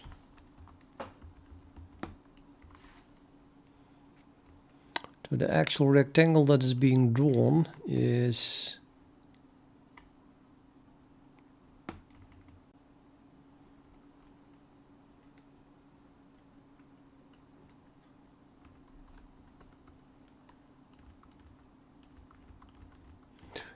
where we call bounding rectangle. Mine is a half. Okay, on all sides. This is where it is painted. What coordinates are these? Well, there must be item coordinates. Bounding rectangle returns item coordinates. So therefore BR is an item coordinates. And then we reduce that with half a pixel on all sides in order to stay within the bounding box, because yeah, well, that it is the bounding box, so we cannot draw a line with the thickness of 1 and then still stay in the bounding box. So I have to adjust it. So it's a little bit less than the actual square is drawn a little bit less than the bounding box, but just talk about the bounding box. Pretend that that is this is more the outside of what we see is the bounding box, and that's the rectangle that we talk about, the outside of it. And that outside is then yeah, well, how we constructed it. So that is actually defined in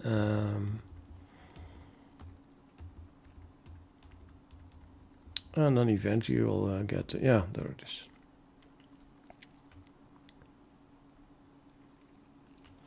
So that's these coordinates. So these coordinates are stored in the test rectangle object and then used directly for a draw. And then they are used as is in the paint. So these must be item coordinates. So the width is 60 and the height, and the other one as well. Both are squares apparently.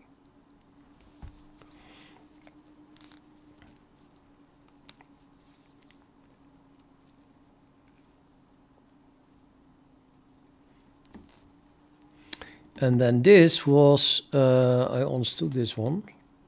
This is a shift of the origin of the item coordinate system relative to the scene coordinates. So this must be done a scale factor between those two, which I think means that the width of the square in scene coordinates is not equal to this.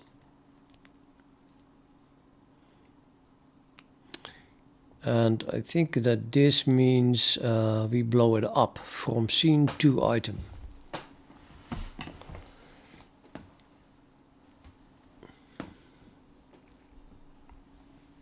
But I'm not even sure. So in terms of scene coordinates, this is going to be 1.2 times smaller or larger. Let's make sure to understand that. I'm just going to print the coordinates in scene in scene coordinates, and I think that might be confusing to have two of them. So let's comment one out.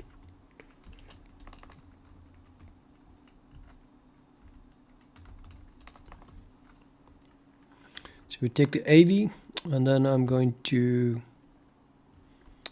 print those coordinates in scene coordinates. And I do that in Paint. We now have done so much that I probably know how to do that. So I want to go now from item to scene.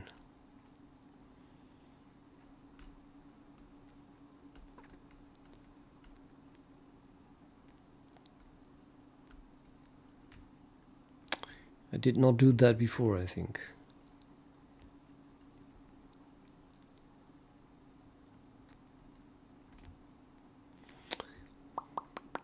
Let's just first draw everything. We know any object we already have. So I'm gonna get a Q point in item coordinates, so that is gonna be a floating point thingy. Let's say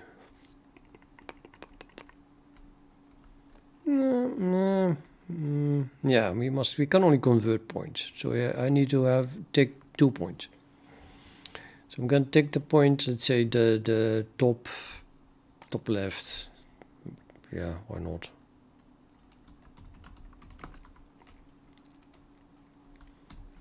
In item, I have to abbreviate that. some point.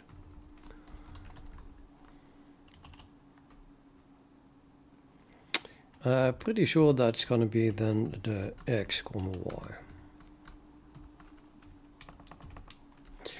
Well, let's do the other one immediately. So let's do the top right. So I have one side by subtracting that.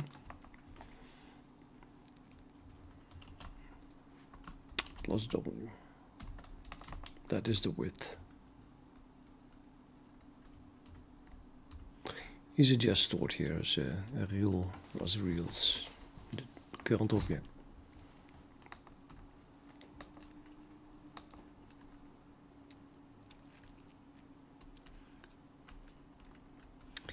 And then we want to go to scene. Well, there is the view has a map to scene. So maybe the item has that too. So we are currently in the item object. And then I can call that on this, which then should return still QF. And that is then still top left. But this time in scene coordinates.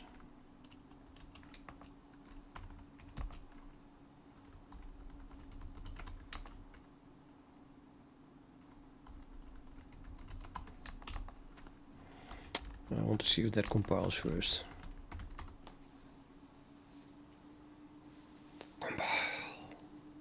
Compiles.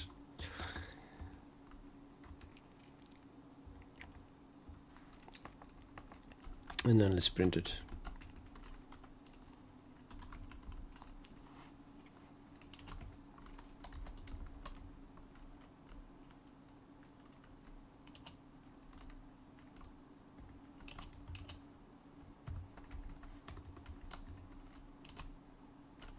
Now we're talking about the width, whatever. It says square, I call it the side, but the width is that. And that would be item. Or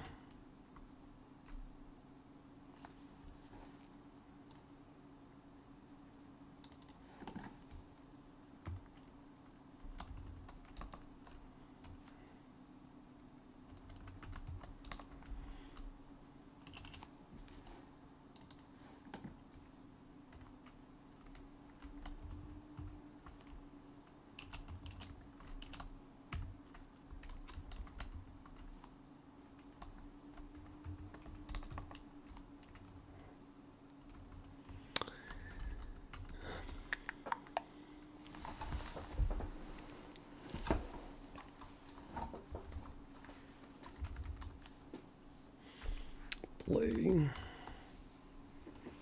Eventually we'll be able to play chess with this thing, so that's why it's called play.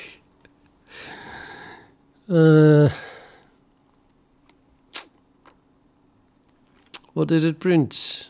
The scene is larger. Okay. Yeah. Yeah, okay.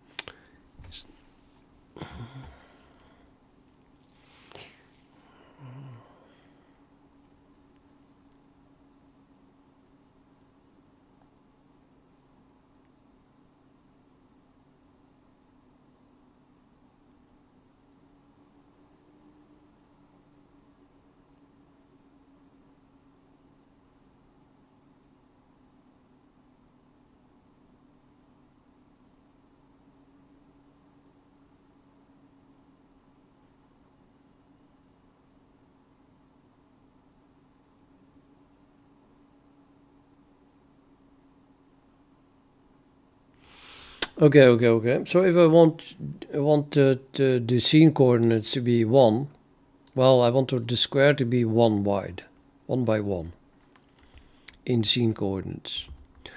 Then apparently I should have done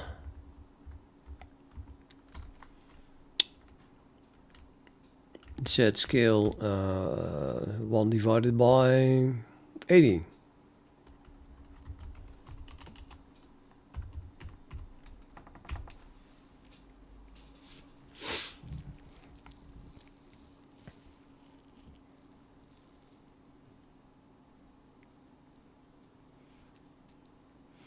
But I'm pretty sure then stuff is going to change. I mean, it's no longer going to draw what I want to draw, which is confusing.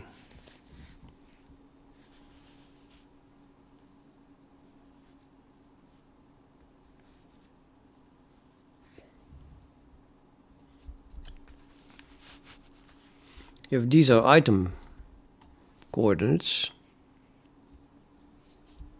okay, we go from we go from item coordinates to scene coordinates, which is now 1. And then after that we go from scene to viewport, and that didn't change, I think. Did it? Probably not. So that means that I need to set a transform between scene and viewport that reverts this again then. So that this becomes comparable to the number of pixels again. 96 pixels, that's what we want to end up with.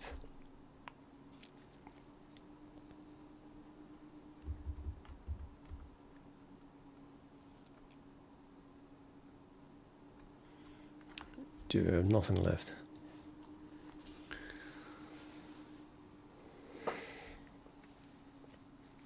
So because the scale between the viewport and the scene is still 1, the square that we see now is, well, 1 pixel, because it's 1 by 1 in the scene coordinates. So yeah, it's still 1 by 1 here in pixel coordinates or viewport coordinates. Where do we see that 1? You have a lot of scale 1s here.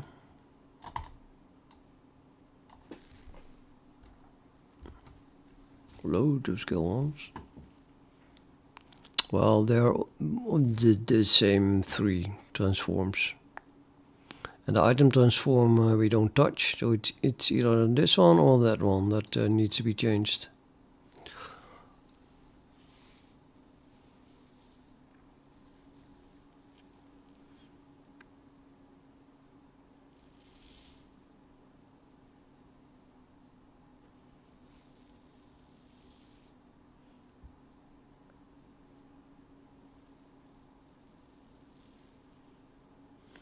Yep, back to ChatGPT.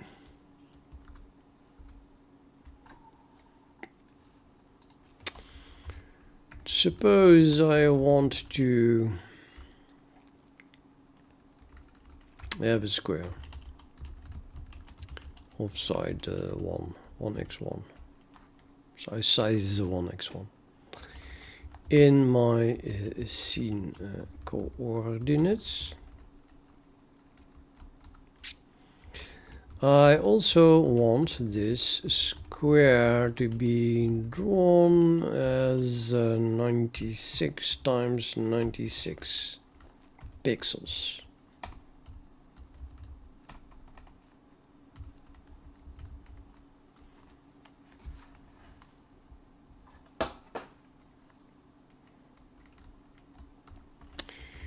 Then where do I tell Qt to use that transform between scene and viewport?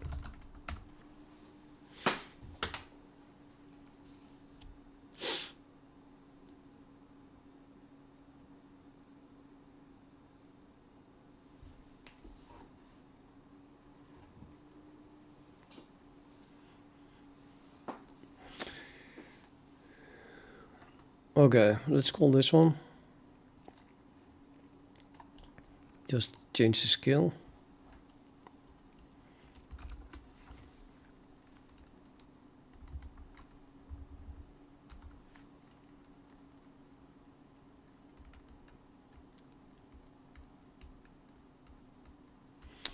Yeah, the annoying thing is I don't see a viewport here.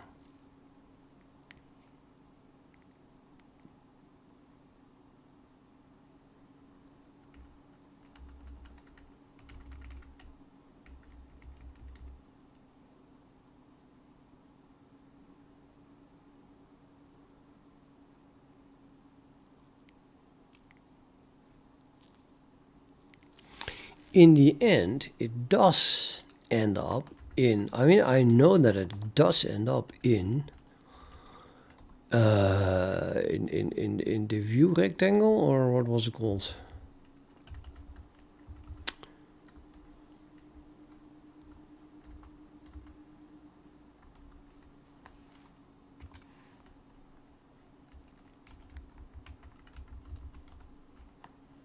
Test view.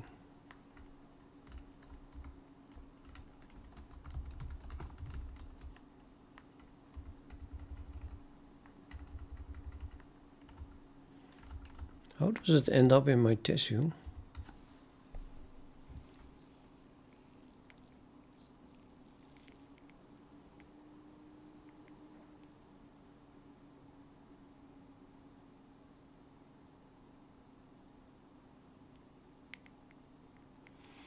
Probably because I added to the scene.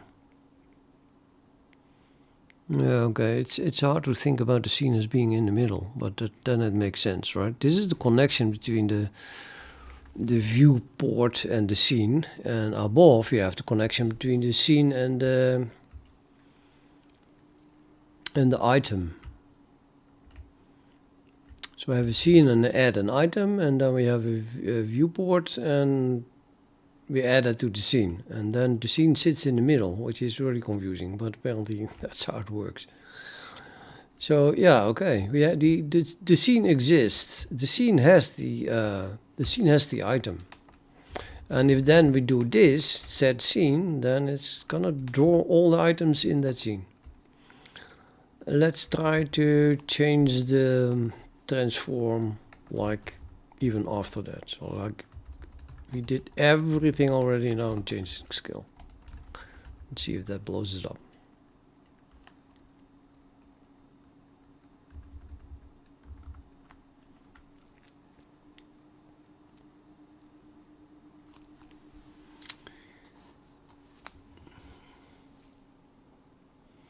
Well, I would say this is a 96 pixels if I count correctly.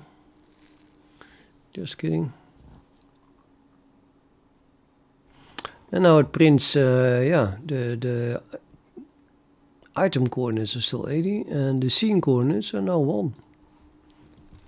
Now, wouldn't you want to see the pixels? It's themselves, so in pixel stuff. Can make a screenshot and then count it in GIMP, but can also print it out, right? But then we have to do a transform.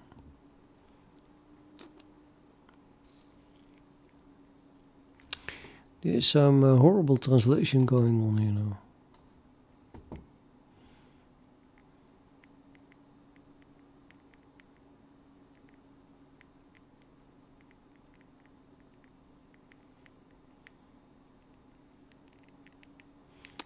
Viewport transform.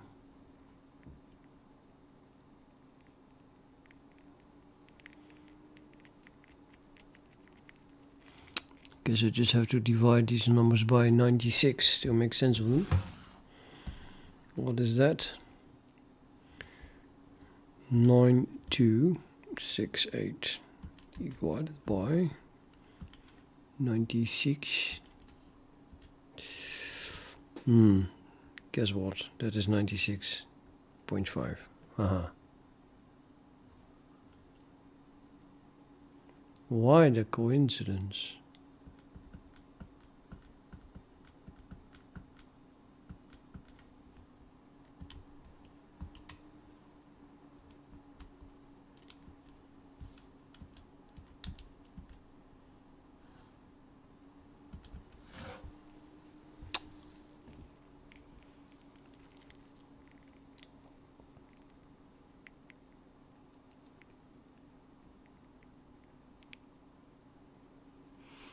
I suppose it is what it is in order to get the bounding rectangle of the scene centered in the viewport. And the origin is not exactly in the middle. We put that off somewhere, something non-zero offset. And then that is multiplied by 96. So then it gets way far off the origin, and then you have to do a huge shift to center it again to make it visible.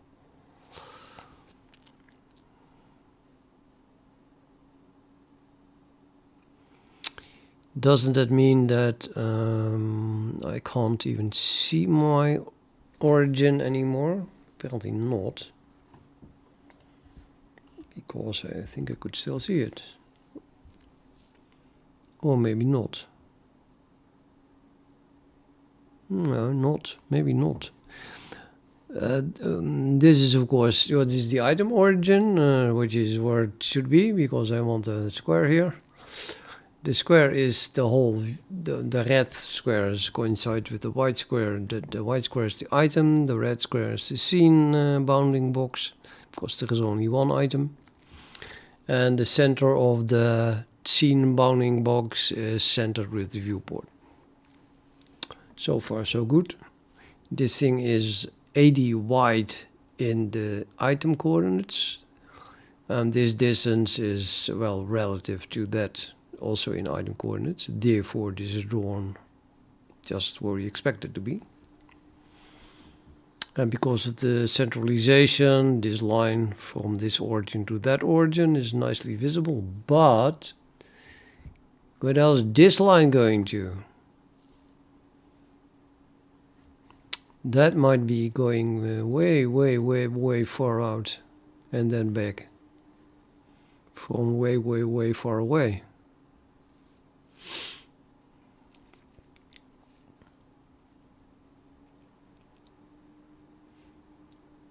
So I think I should print it, or just know that it is this. It might be exactly at these pixels. Maybe this line goes to minus 9,000 pixel and minus 9,000 pixels up. So that's very far away. Completely off my monitor.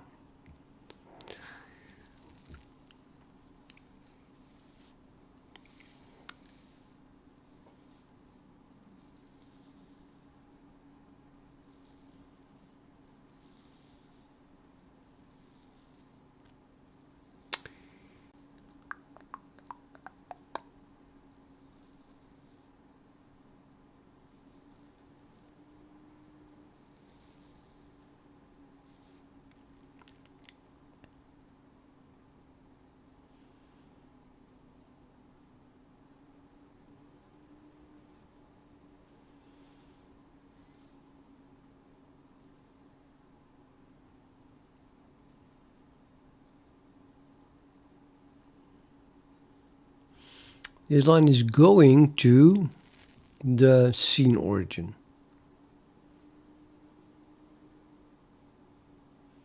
Yeah, that must be very far away.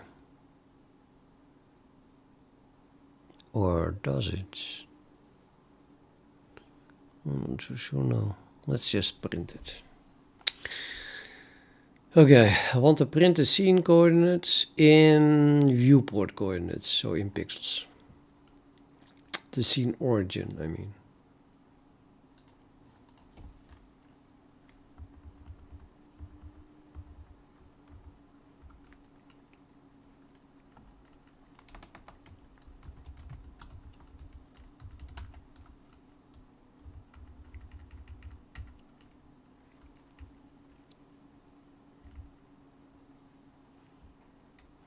We should be able to go directly from scene origin, scene coordinates to viewport coordinates.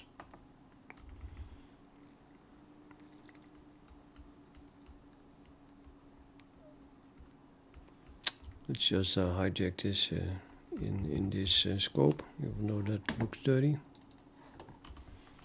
Maybe not here. I want to have the scene origin in, well, pixels, but that is the viewport coordinates.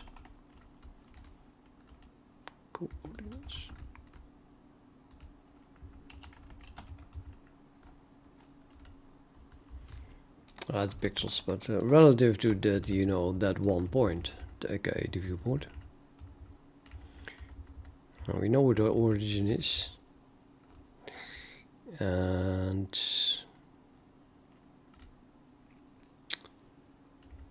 from scene. But this has to do with the view again. So if I want to assign this, and we have scene, then I guess I need the viewport.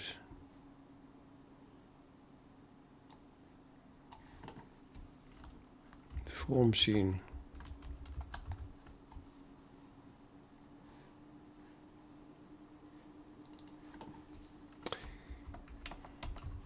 The origin of the scene in scene coordinates, and then mapped to viewport coordinates.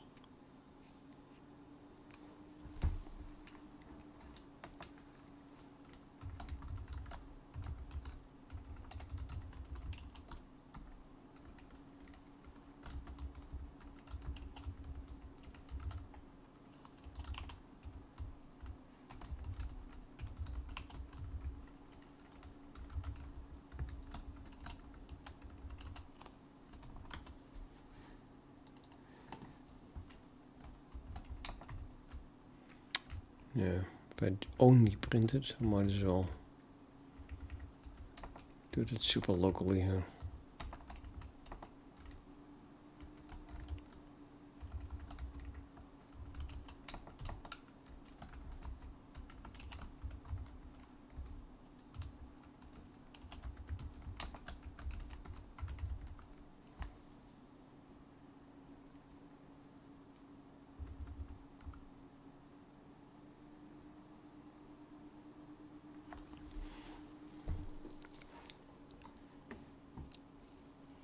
Yep, seeing that just exactly that.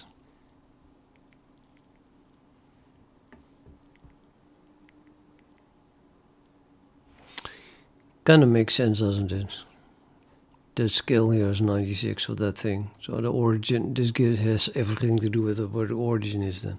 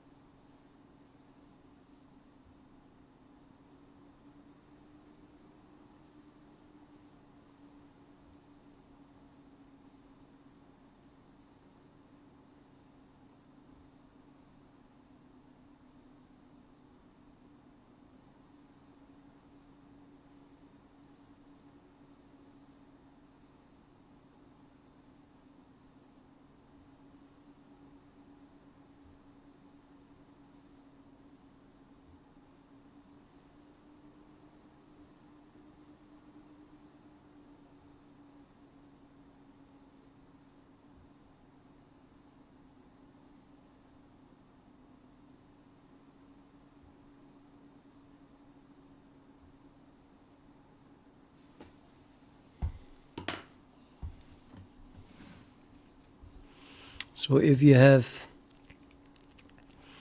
a point with these coordinates in pixels, completely off my monitor,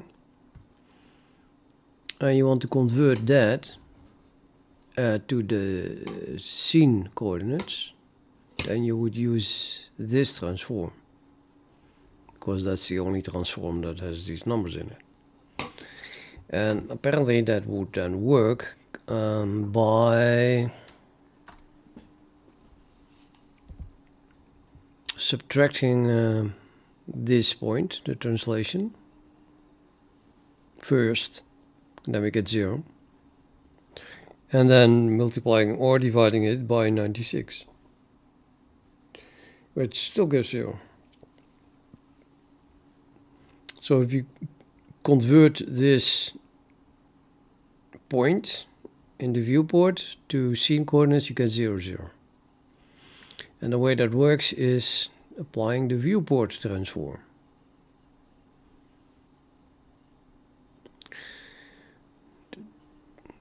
But it is the transformation between viewport and scene, or yeah, well, one way or the other, but whatever, whichever is easiest, and easiest is probably multiplying by 96.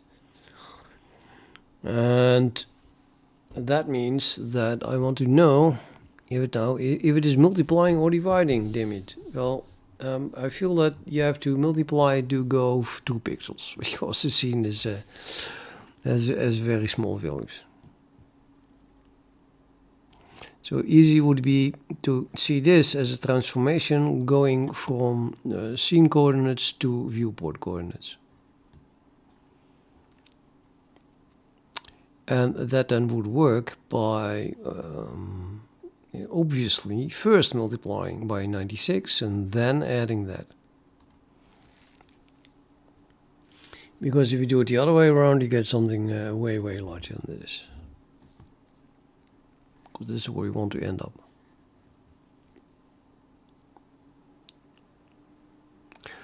And that also explains that the width we have in the scene coordinates, I have a square of 1 by 1. So the width is 1, and then we convert that to pixels. We multiply that by 96, and then the width becomes 96, which is indeed the case.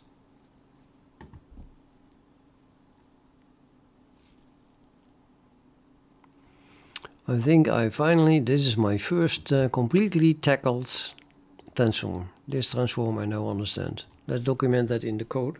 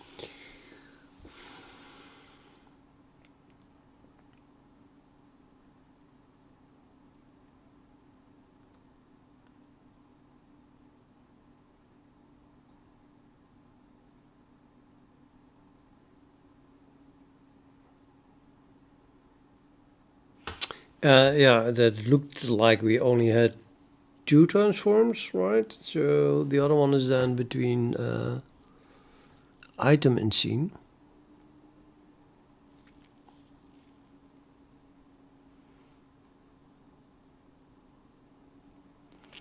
And it seems that they don't want to mention scene. I mean, they don't here. Let's just talk about view.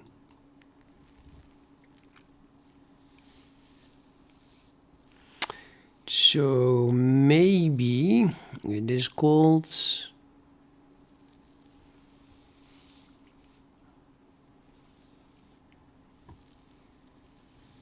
yeah, I don't know. I was gonna say it's called item transform, but I don't see that. Transform, blah, blah, blah, transform parenthesis.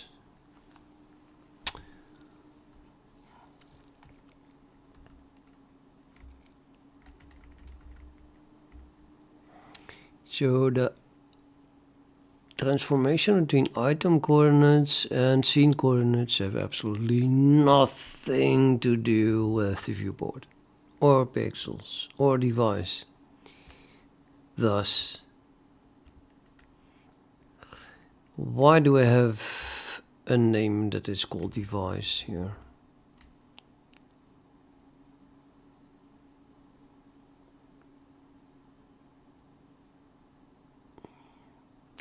What the hell is the difference between device transform, which is called on the item here,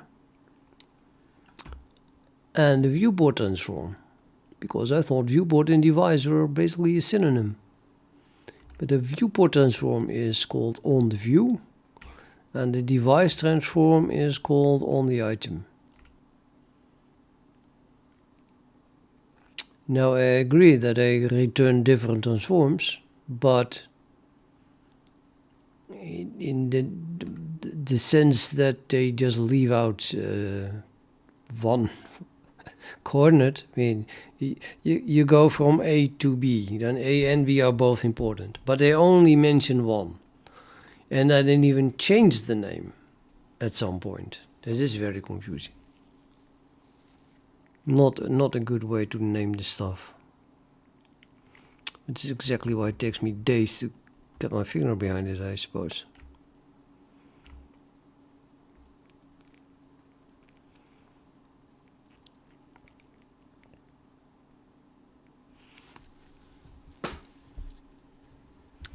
But, okay, we know that this is being called on item. Yes, so I would say this involves a device, aka viewport on one end, and item on the other end, because it's a member function of item.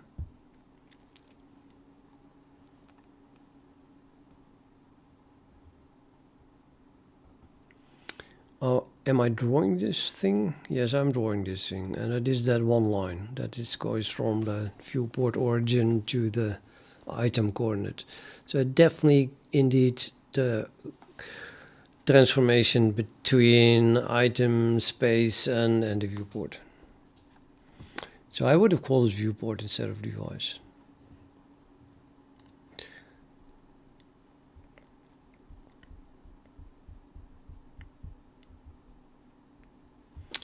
But okay, what's in the name? Let's make sure though. So I think that this thing, no, this is being printed and I'm drawing it. Yep, that's what we're drawing here.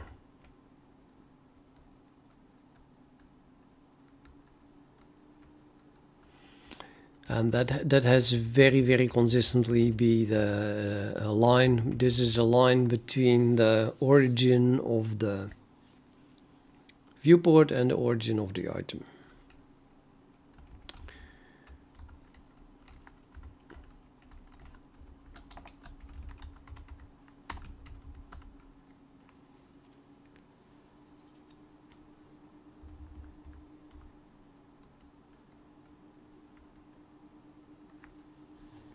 Is this line here. So this is the item origin, this is the viewport origin, and this is that transform. And then we can ask ourselves again which way, but I should now know that because it should be exactly the same as the other one, right? I mean, the orders and stuff.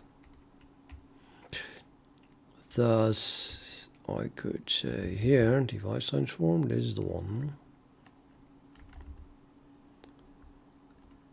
Yep.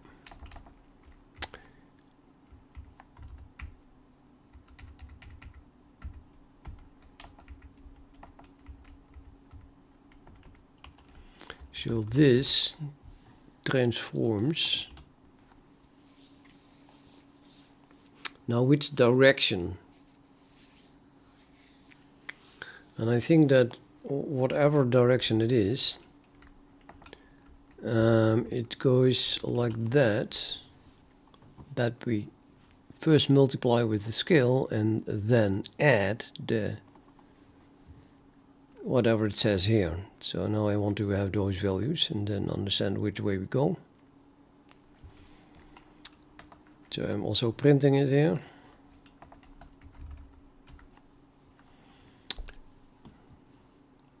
That is this one, yeah? Device transform. So we can copy this as the example output.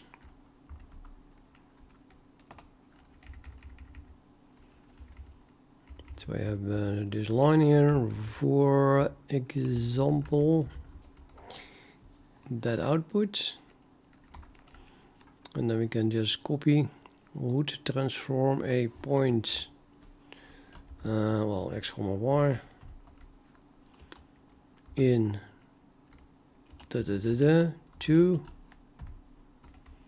x times 1.2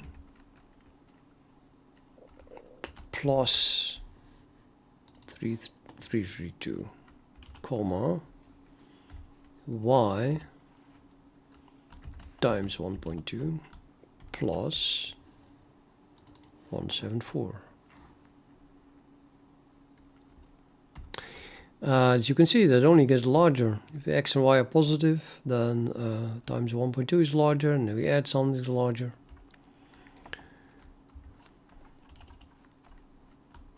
Maybe use real numbers. So the direction that we transform into is from this, which is smaller, to that, which is larger.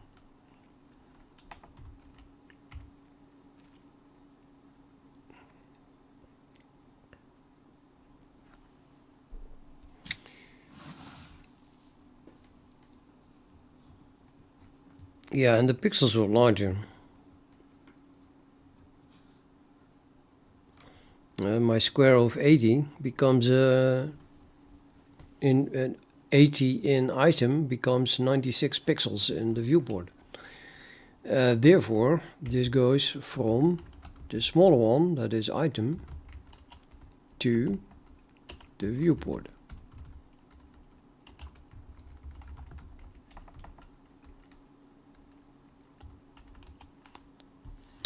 And this of course holds again. It must be the case.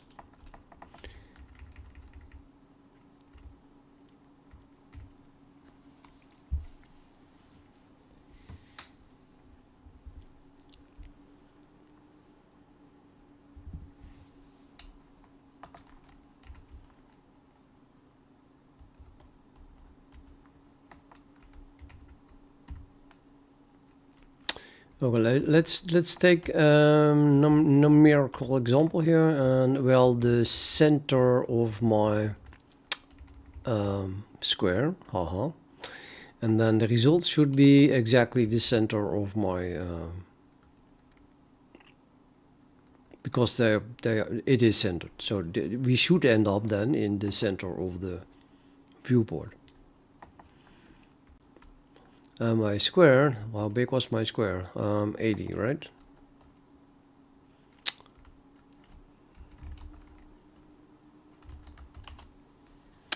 So chess window.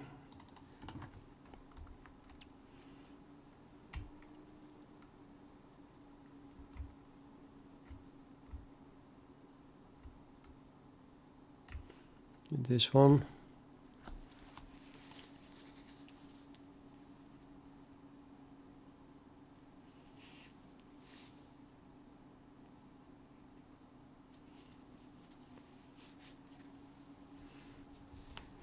So the center here is 70 plus 50, 70,50.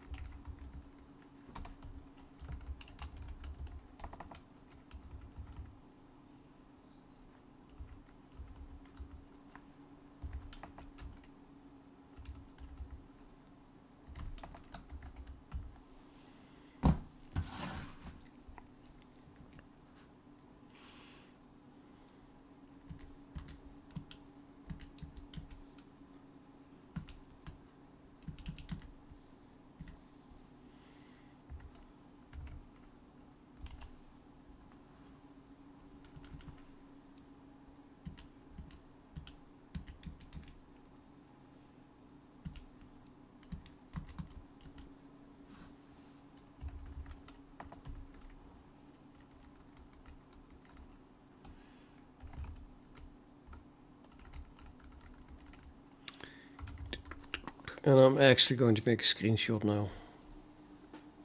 It's probably a smarter way to do it, but it's kind of late. Actually, yeah, it's bedtime. So play, screenshot, measure it, and then I go to bed. Look at the chat. There's nobody here. Well, yeah, no, nobody here. But obviously, this is so boring. It's amazingly boring. I know it. Yeah, okay, screenshot. Bleep. Active window with a delay. Well, that is, there it is. Export. Can I just immediately open this with something? I forgot how. Edit.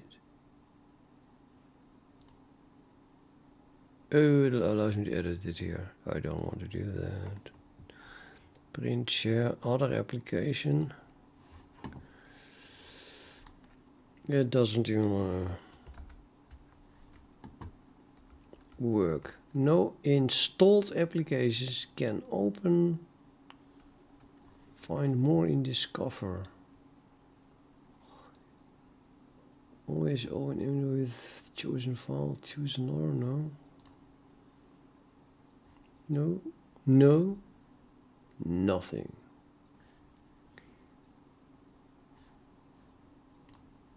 So stupid. Okay, well, it was already saved, I think. And how the hell can I not open this in GIMP from here? Stupid.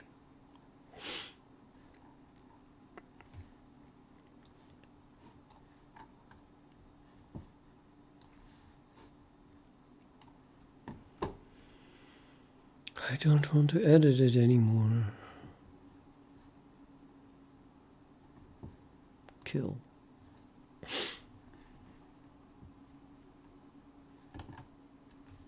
It's not in my paste buffer either. No, nothing.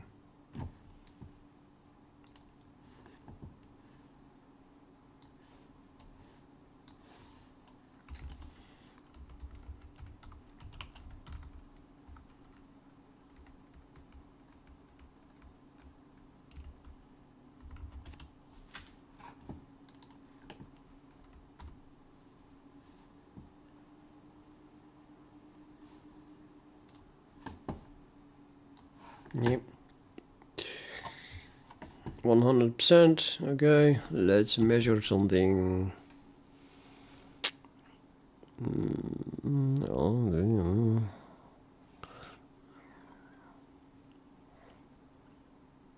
I don't know where the measure thing is.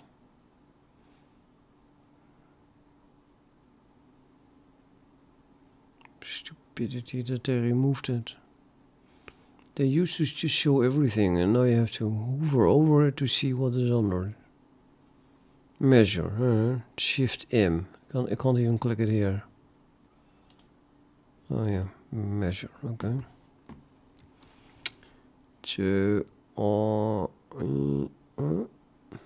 from here to the center of that thing.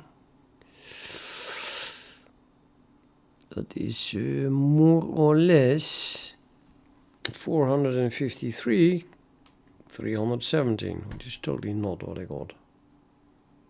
Wait a minute. No. The measurement is... No, I don't know what the measurement is. Oh, here. 420, 237. Oh, that's is that close enough? That's close enough. 420, 237.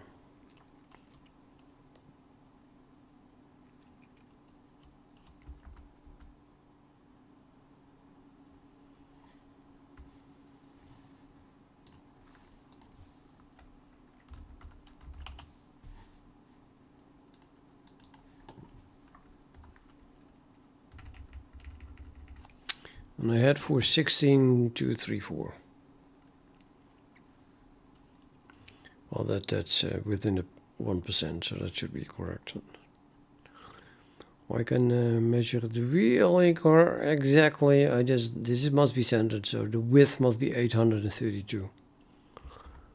We must be able to measure that as well, like accurately. Measure from here. Oh, what? From that corner, although I'm not sure where that pixel starts. No, the top left of that pixel. Okay, we'll just go here and then probably then till here, and that is 834. What did I say that had to be?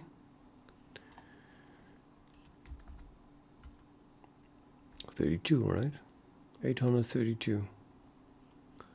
Oh, but that's I can make it 832, no problem. We just take the inside of this, and then we know that actually the pixel is here. I'll blow it up even more. Damn it.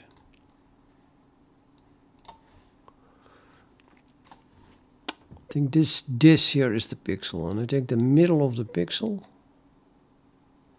That is the first pixel. I want to go to the top, okay. And we go all the way over here, and then we need 832. So that would be at most there. Well, I'm happy with it. Like this, we have 832. Yeah. Okay. So that this measures the inside without the frame. That must be it, right? So then we can try this one.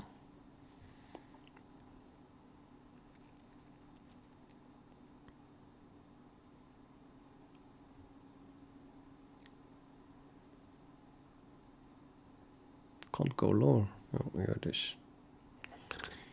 And then we measure 468 divided by 2. 468 divided by 2. That is 234. This is exactly what you want. 234. So this one is also correct.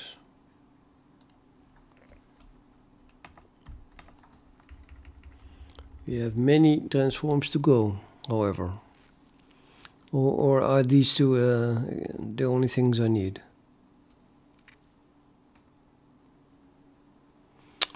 So if I understood it correctly, this transform is equal to whatever I set as transform in Paint. And I didn't set anything yet.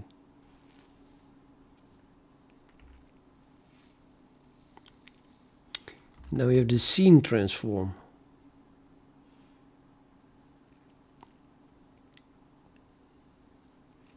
So I do the scene transform, and the this transform here, then and ignore the painter, then we have all of them.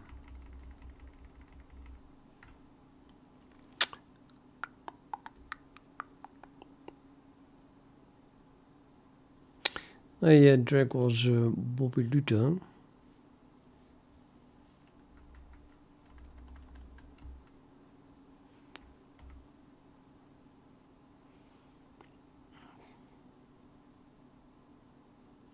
I think that scene transform was a pretty easy to understand as well, just from printing the value.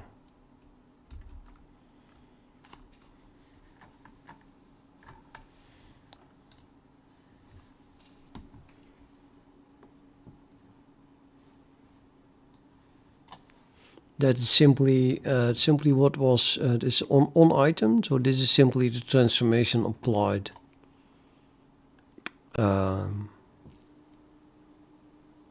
Well, the transformation that I applied on what? On the item? I think on the item. Yeah. Let's copy this.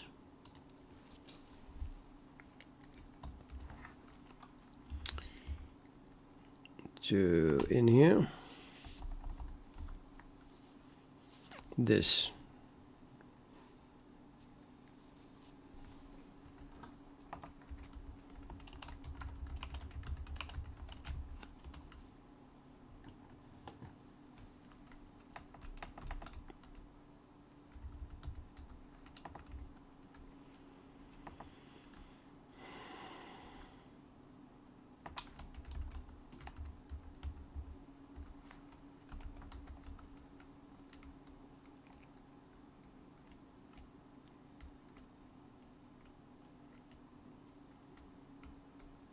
Can't find it back. Where is it? Oh, yeah, scene transform.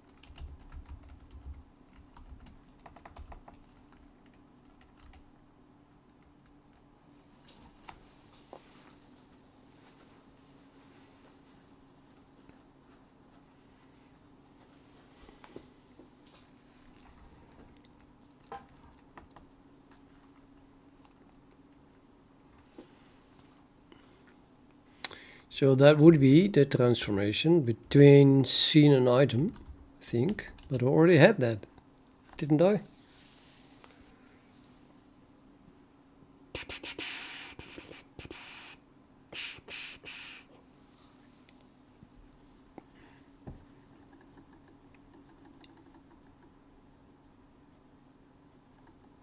I'm so confused now.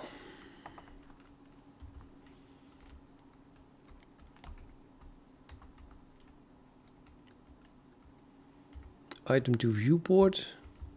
Oh, these are between the scene to viewport and item to viewport.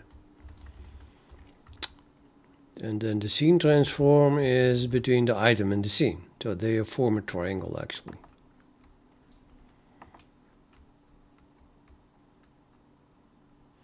And in what direction is that one? Well, we multiply by this, and then, so that's from item to scene.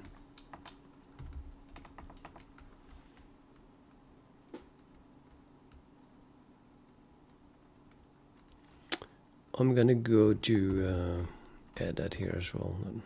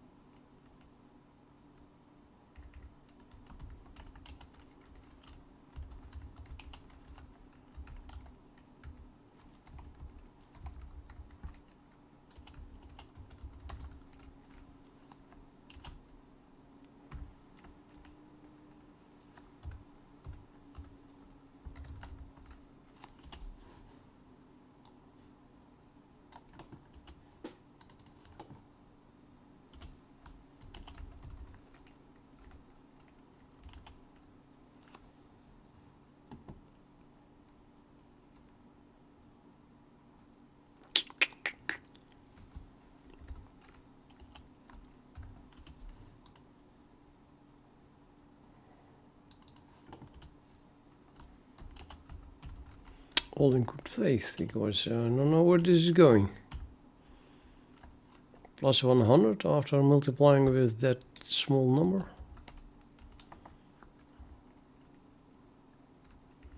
Yeah, that's how it should work.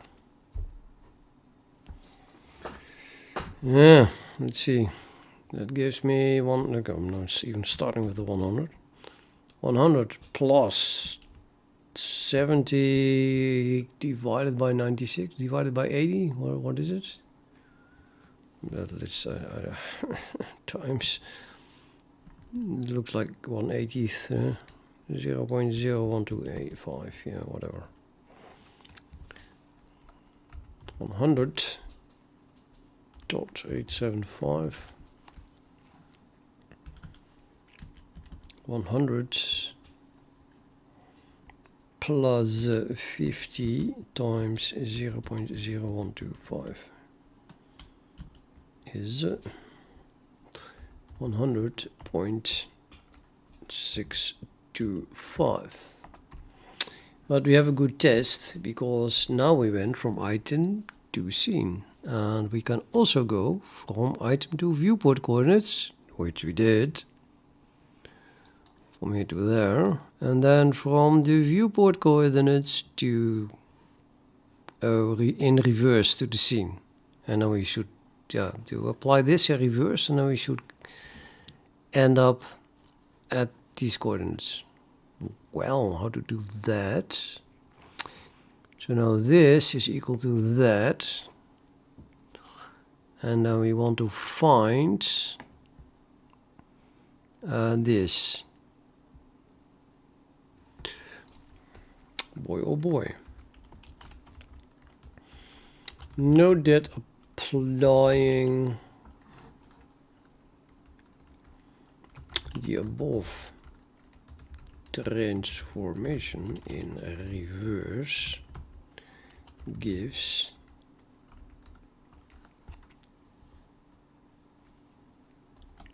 x. So we have this, that is equal to that, so I'm going to add that and then divide the whole thing by 96. That's why it is almost a multiple of 96. Never mind. I mean, 96 and 100 are almost the same thing. Very coincidental. I was so confused to find something close to a 96 squared. I have a good feeling about this. As in, it's gonna work. That is reverse, right? You have something, add that, and then divide the whole thing by 96. Yeah. 100.875 is that, divided by 96 is, cross fingers, I'm still hoping that I don't have enough light. That the light's on. 1.05. Yeah. That's impossible. To be in the range of 100.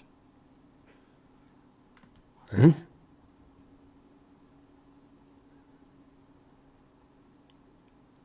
minute. This is not correct at all. Where do I want to end up? Oh, I'm just... no, what? Okay.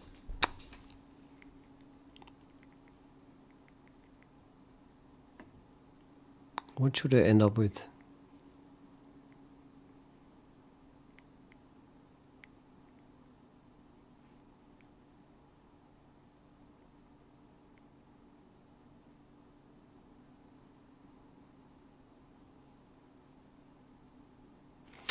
No.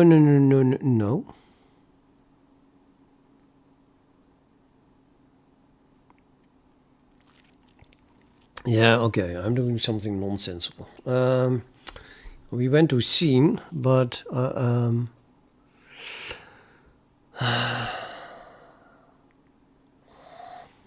can do this in reverse, then I get viewport coordinates. That's not helping. But they are a triangle. Okay, I have to convert twice. So I have to do this in reverse. No. This is... no, not a reverse, man. So this is scene coordinates. I just have to go forward. And then we get viewport coordinates. And then do this one in reverse. And then we should get item again.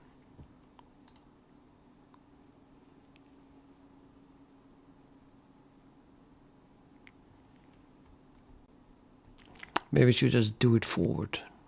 Apply this one forwards, which I did already. You get that. To, yeah, and then this one in reverse.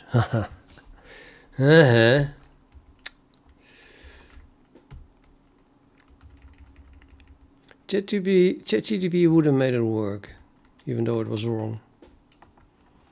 But I saw that it was wrong, so I back up. Yeah, we have to do this one in reverse. For 16. Yes, because this is viewport coordinates, and then we do that in the reverse here, and then we get scene coordinates, and that's what we also have here. So what I get out of this should be equal to that. And that it is, like, very coincidental. Well, I mean, coincidental as in 196, almost the same thing. 416 plus 9, 2, 6, 8 is that. Divided by 96 is 100 and 100 nothing, 100.875. I don't even have to type it in. I think I just copy it. Y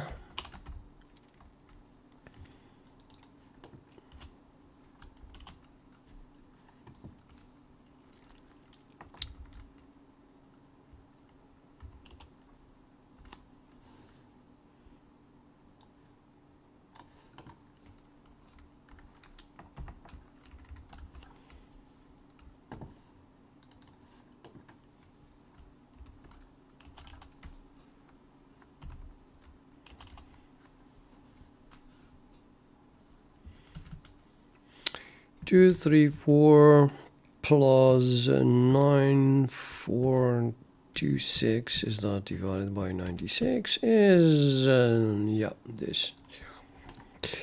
Okay.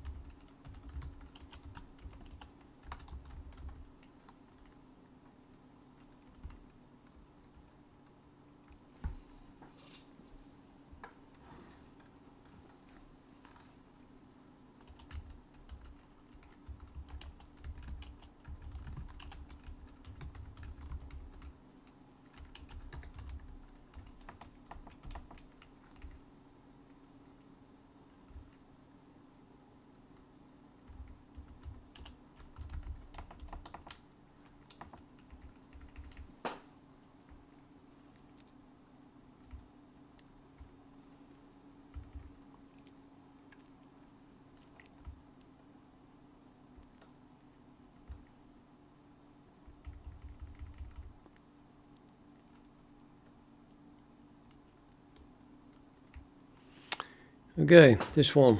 Now I have the two transforms, so the expected. We turn out to have a third one, which is just simply the other two combined. And then we have a fourth one. Well, that's interesting. I wouldn't know where to put that one, really. Unless it's equal to one of the others, to just a different name. I don't know. Let's print it out. We already printed it out. Let's look what... how do we print this one out? View transform. Oh, no. Let's write it. Let's write everything.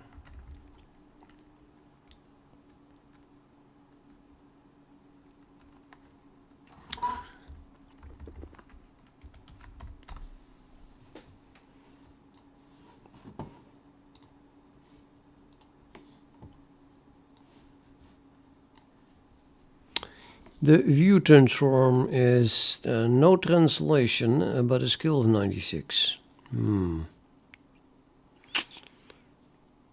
What the hell is that then?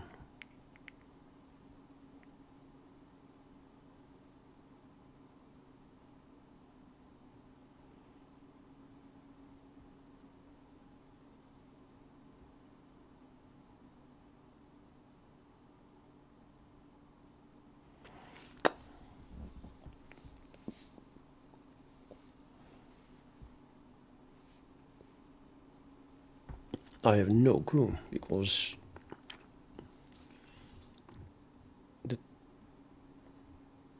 the transform that I programmed in that uses 96 is this one. So why would the translation vanish here? And nevertheless, you can hope that the naming is now understandable. Well, that's a vague hope, I agree.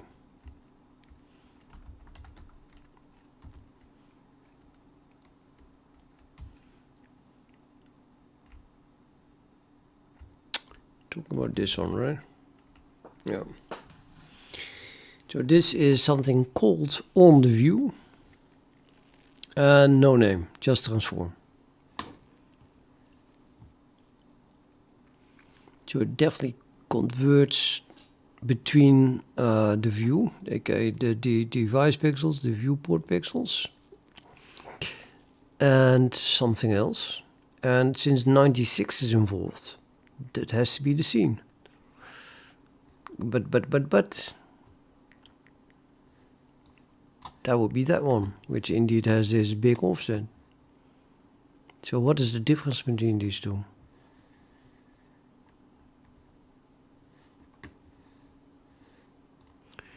That is a question for ChatGPT maybe.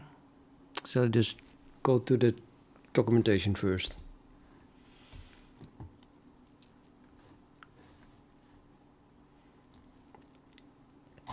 The Q graphics view documentation. Oh, I should go to bed. It's now midnight. Holy moly, we do this and we find it, and it is the graphics view class. Ta-da! And then we do find again. With finding one is not good enough, and I forgot what I was looking for.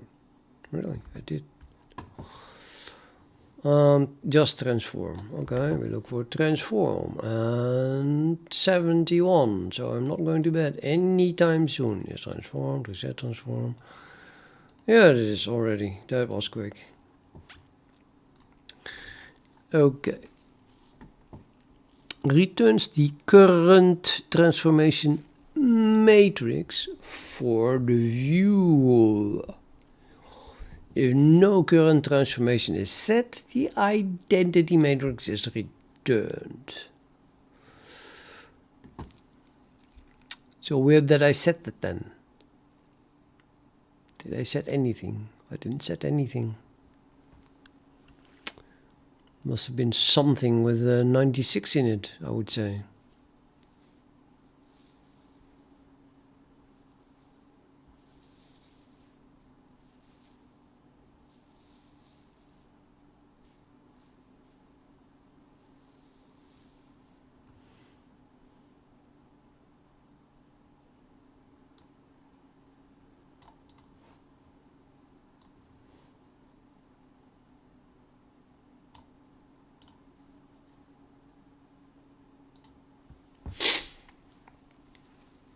Okay, the AI can read web pages these days.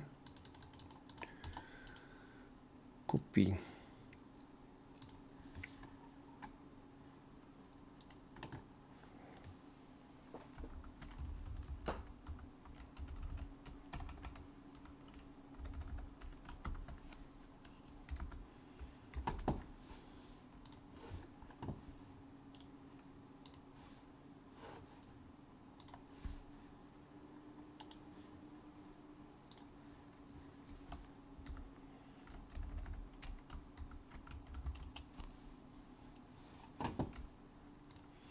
The other one was called this one, so that is viewport transform.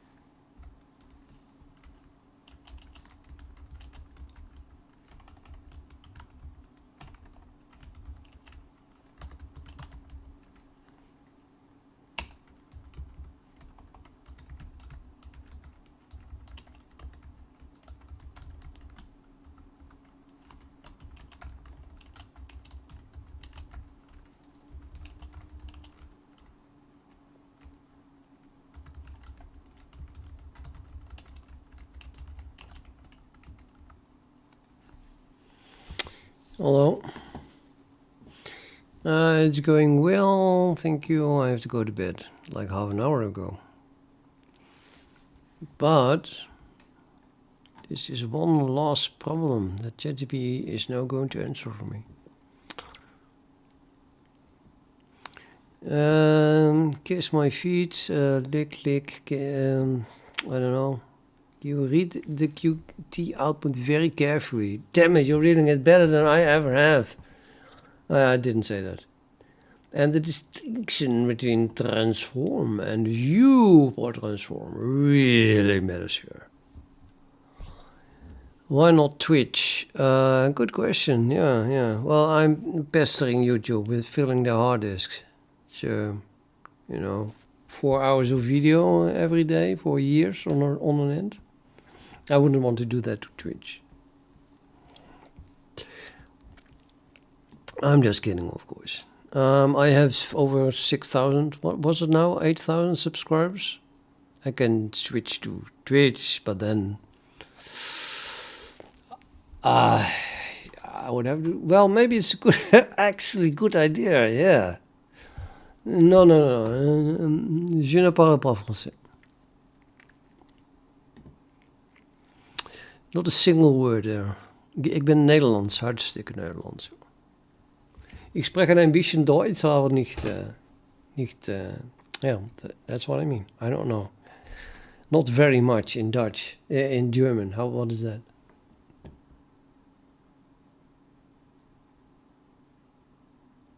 Just ein bisschen, nicht viel. I don't know. No, I can watch German movies without any problem. But talking it is difficult. French, I don't know a single word of it, really. The only sentence I know, well, I know 2 sentences, of course.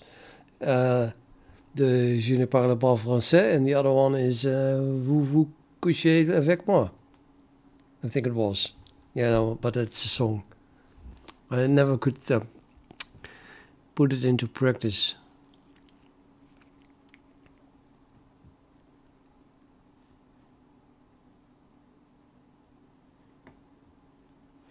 Yes, I'm Dutch.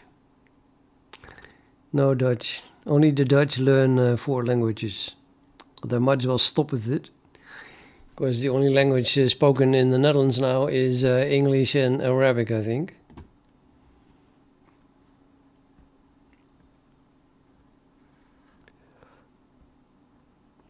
What's your memory allocation strategy?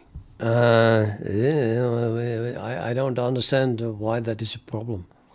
People talk about it like it is a problem, but it's never been a problem for me. The only problem that I have with memory allocation is that it is slow if you use malloc. So yes, I wrote a few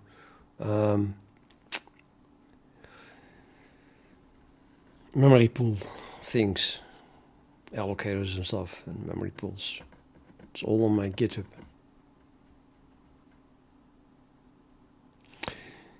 Usually, if I have anything allocated memory, then that's allocated by an object, and then I just have in my mind who is using it, and then the lifetime of the object that owns the memory must be longer than the lifetime of the objects that use it. I'm not going to use any shared pointers or reference counting. Just don't destroy the object.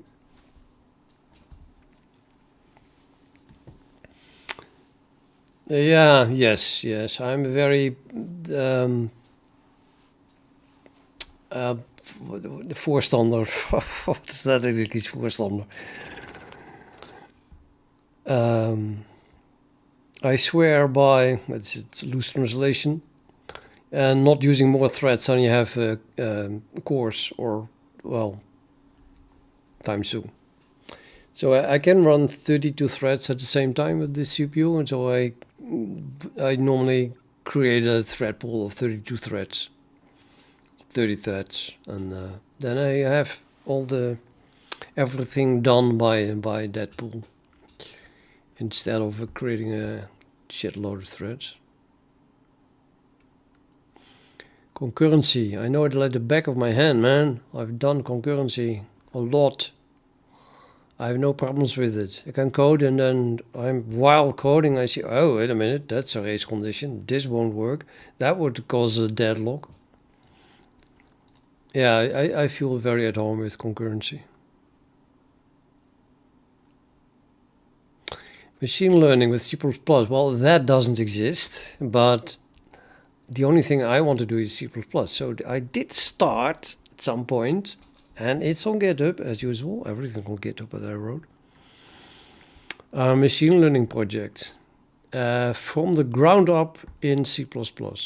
But I didn't get very far. A lobotomized neuron, that's all I have. One, and lobotomized. But it's 100% C++.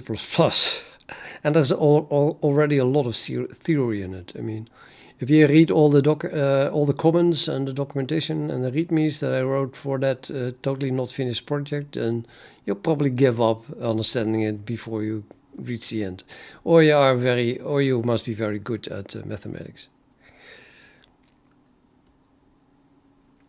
Read about the latter thing? No, I can point you to my GitHub, but that's about it. And I'm not going to say that that's a very good or even a good resource. No, I can't be that arrogant.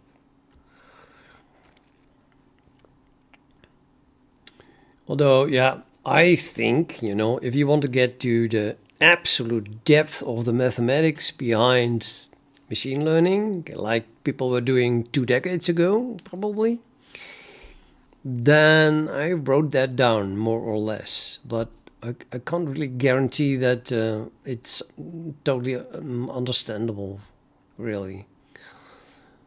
So I think you're better off learning machine learning somewhere else, and then they will teach you completely different things, because I went really, really low level. Like I said, just,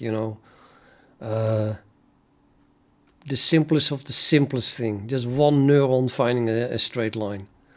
But then I went into so much depth that I think that I probably do that one job better than anyone in the world now. And I was working on my own, I've got a word.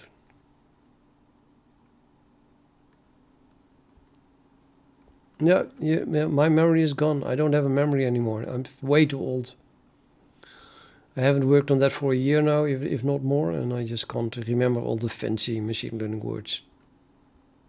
But I was working on that. that word that I can't find. What is it called? So you have a gradient descent. So basically it comes down to finding a minimum, yeah? Let's say, usually, what you really want to do is find a minimum in a multi-dimensional space. But you can ask how much I weigh and how tall I am. Let's not ask how old I am. No, I can't take it anymore.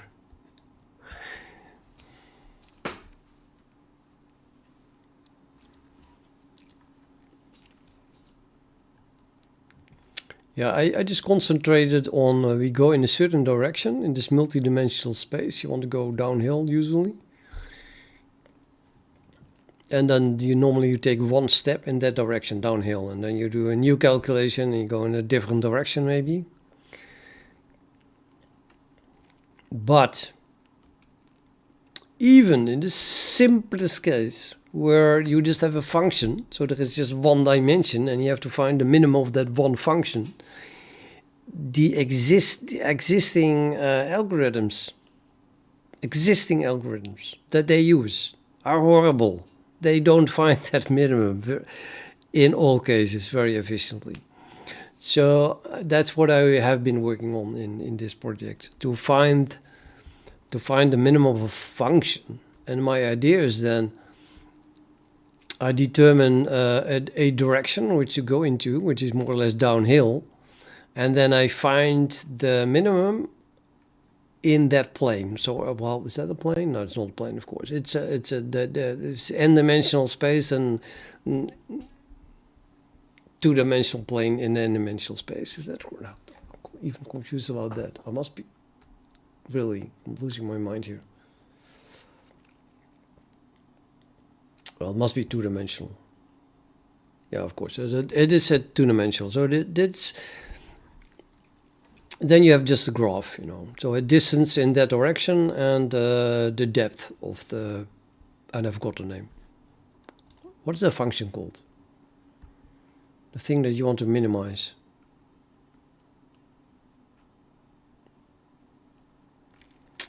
Okay, my idea is anyway that if I do that very, very well, and let's say in 3 steps instead of in 20 steps, which often is the case for the existing algorithms, then and then change direction depending on the gradient, then I think I can find a much better minima. Because my algorithm goes over hills. It finds a minimum even if it is far away. So let's say you have something that oscillates, go up, down, up, down, up, down, up, down. But every time you go down, you're a little bit lower than the previous one. So it's a valley, but the curve is going up and down all the time.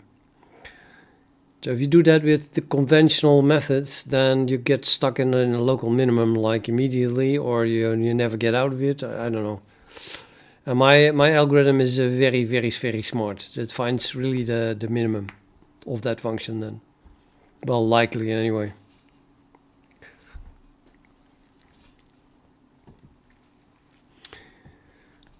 And then sometimes, yeah, you have to change the directions, of course.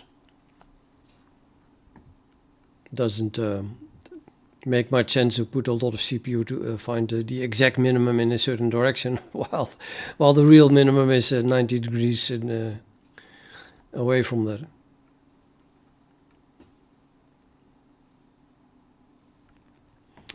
Yeah, I want to continue with that project. It was very interesting. The reason I stopped with that, now I think about it, I wanted to have visual feedback, so I wrote this Cairo window thing. Cairo window is the name of another GitHub project of me. Just to have the graphics. Graphics to draw all kinds of things. Interactive graphics. So you have, it's 2-dimensional, but you can draw circles and lines and graphs, and you can have points, and then you can use the mouse to interact with it. You can just drag the points around and stuff like that. I did all that, and then I got completely lost in calculating with high precision and with very fast the minimum of a third-degree polynomial. And yeah, at some point I wasn't doing machine learning at all anymore. I was just doing mathematics related to third-degree polynomials. I'm like that. It's a bit stupid. And then at some point I got distracted by this chess problem. And that has been a few months now. And then the chess problem is about playing chess. But then once I got to a certain point, like 3 months work, I suddenly wanted to have an user interface where I can actually see pieces and move the pieces around. And yeah. And then I started to do this. And I wanted maybe a menu, so I tried a menu in GTK and that didn't work. So now I switched to Qt, and now I'm learning Qt in order to write an application to show a chessboard. And it's never ending. It's like finding the minimum in a multi-dimensional space. I'm always working on something new. It's ridiculous. It's good that I'm not paid, because otherwise I would pity my boss.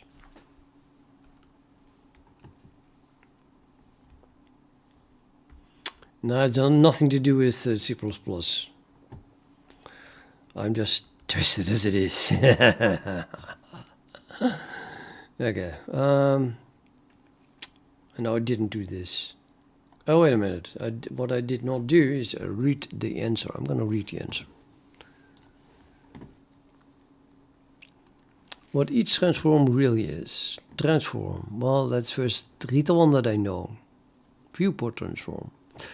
The effective scene to viewport transform. Do I agree with that? Of course I agree with that. I must agree with it. Otherwise I'm going to bed immediately yelling. Scene to viewport. Okay, yeah, no, the direction is correct. Scene to viewport transform. That Q, never used to it actually.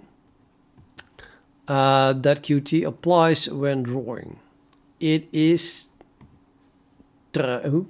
transform combined with the extra translation needed to account for scroll bars, centering, and other viewport mechanics.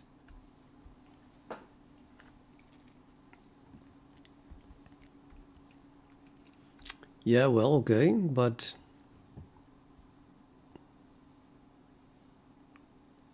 if transform is well, I don't know what transform is yet, but in my case it is only the scale.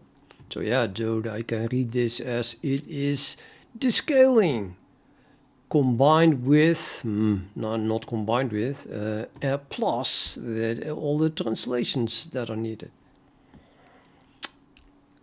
The whole thing, as it were. Yeah, of course, the whole thing. It would mean the definition here is that we go from scene coordinates to viewport coordinates. I don't care what that involves. It involves what it involves. Don't split it up in scaling and translating.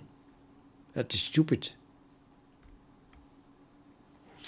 Why it differs? What QPainter uses internally when rendering to the viewport widget. So it's being smart, it just uses a single matrix to get where it wants to go. Good. Now let's read this one. Transform. The transform that you explicitly set with set transform or scale. What about, I didn't set it with scale, I'm afraid. It is a pure scene to scene scaling routing shear matrix. It never includes the internal panning / centering offset.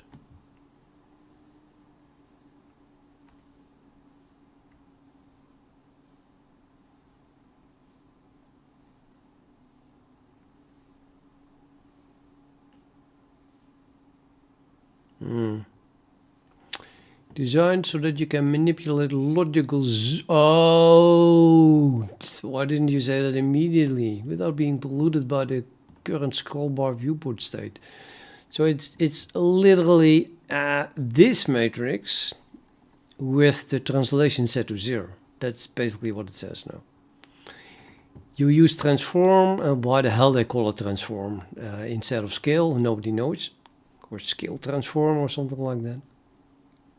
Well, it's also shear and rotation, but yeah, with transform set to 0. You can use that to work on, I guess, yeah, well, length and width and heights and stuff like that.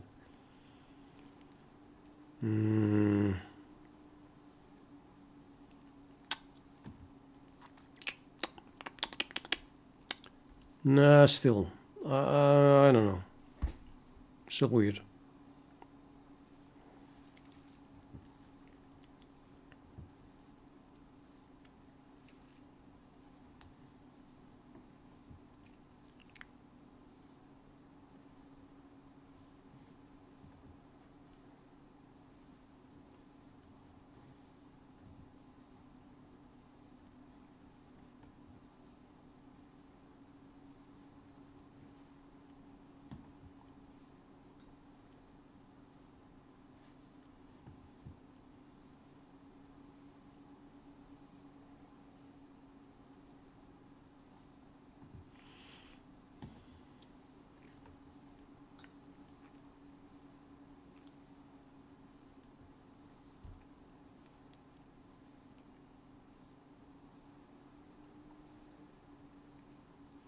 I think it's full of shit as usual.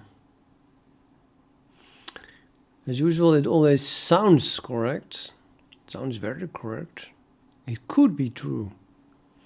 But in my eyes, this is not making any sense. The only thing that does make sense is that basically it just leaves out the translation. but it contradicts itself in a little bit because you can add translation if you just set the transform. Plus, I asked where the hell I would have set it. And then it sucks its artificial thumb and comes up with, oh, you must have called scale and only scale. But I didn't.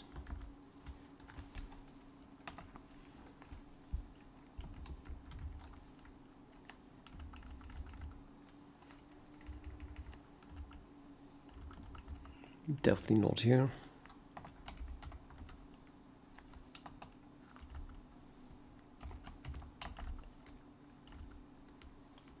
Oh, I did. Oh, all hail AI ChatGPT. Yeah, I'm going to meditate on ChatGPT here and smoke some, light some wierook things. How do you call that?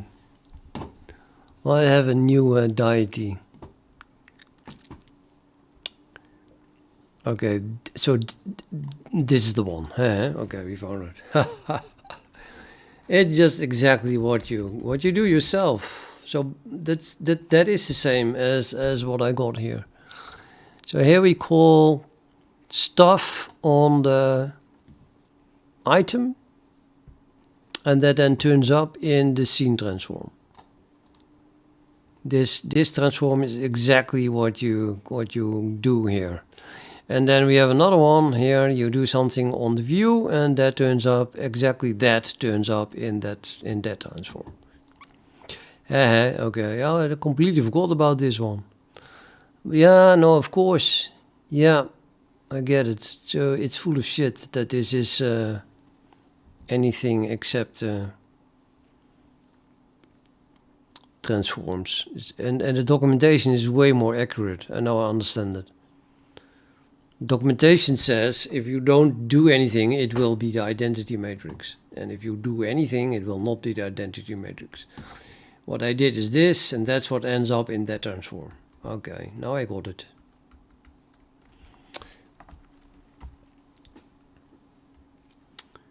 So I can copy this.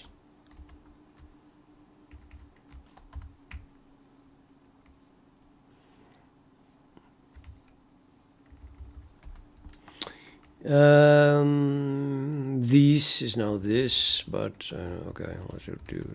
This now shows up as test view transform. For example,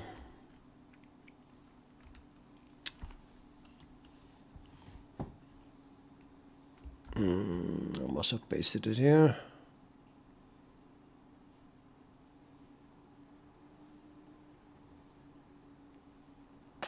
I did not paste it here. Don't make me leave this editor and come back.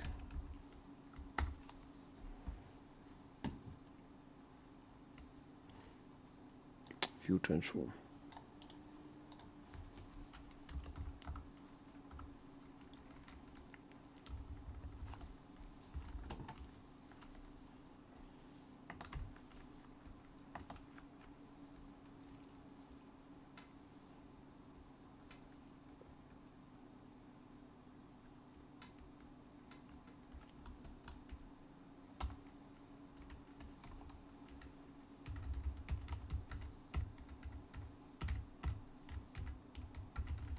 Okay, I definitely have to think about it, how to fit that into the stuff that I already have though. So at first I did not have this, and then only does have 1 pixel because this was a little bit small. And that was because there was no... Oh, okay, I get it. Yeah. So without this, we literally have the identity matrix. My squares now, I mean, I made it such that the square in scene coordinates was 1 by 1. and then with an identity matrix between the scene and the viewport gives you therefore a square of 1 by 1 pixel, which was a little bit small. And by blowing it up a factor of 96, I got back what I had before, because the up I had to divide it by that, more or less, well, divided by 80, but then we had also a scale of 1.2. So by blowing it up like this, I got 96 pixels again, which is what I wanted to end up with, this 80 times 1.2. However, then it still gets centered. So there is also a translation, and the translation is more or less behind the scenes in order to well center it in the viewport. But that is not being added to this transform. This transform only contains whatever you did, and then after that it applies translations for centering and stuff.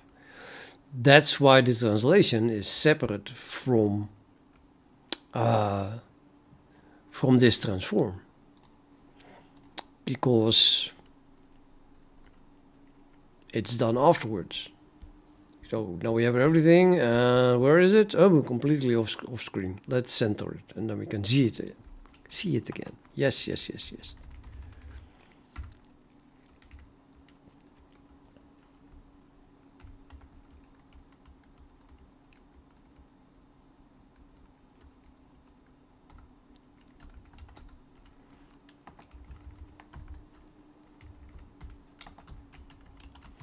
So this is the transform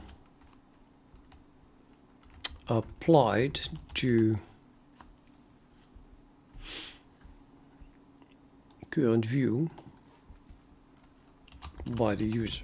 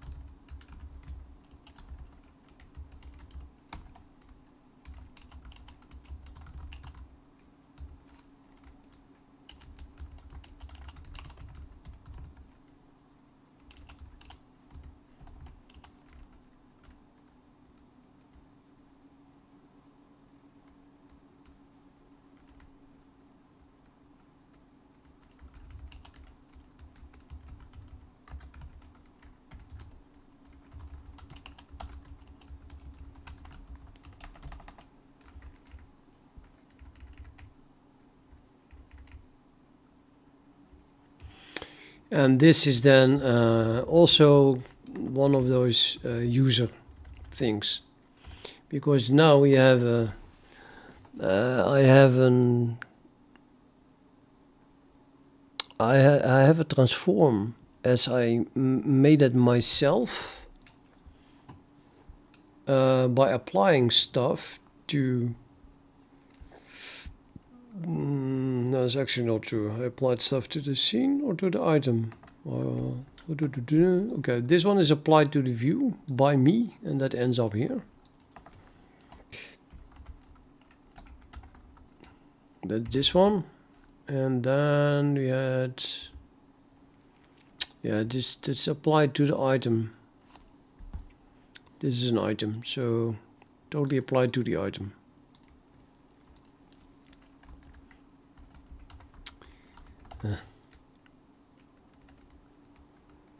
And this is also an item transform. That is apparently separate from that.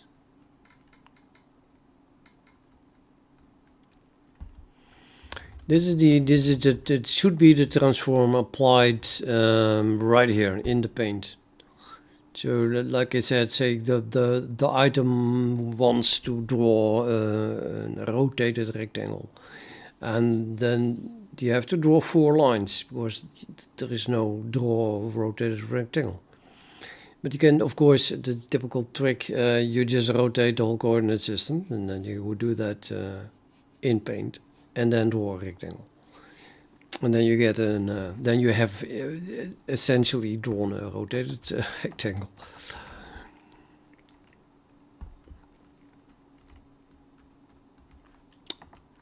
Yeah, maybe I should add that as well, so you see absolutely everything. So set some kind of transform here and print it out and see that all my rectangles are rotated. Might still be interesting actually to see around what they will be rotated. Currently I have no idea if it will be rotated around, probably around the origin, the item item space origin, I think. Yeah, not the center of the rectangle, obviously.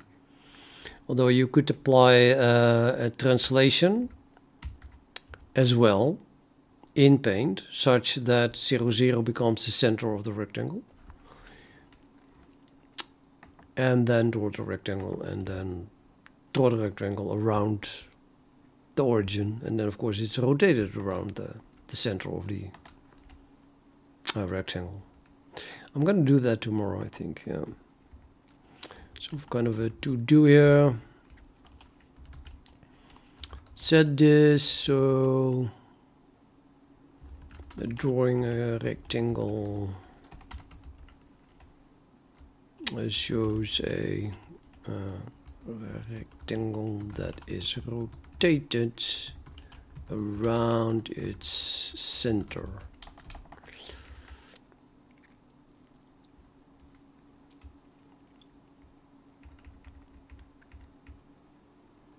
But then I have to replace this, because here I just draw the bounding box stuff.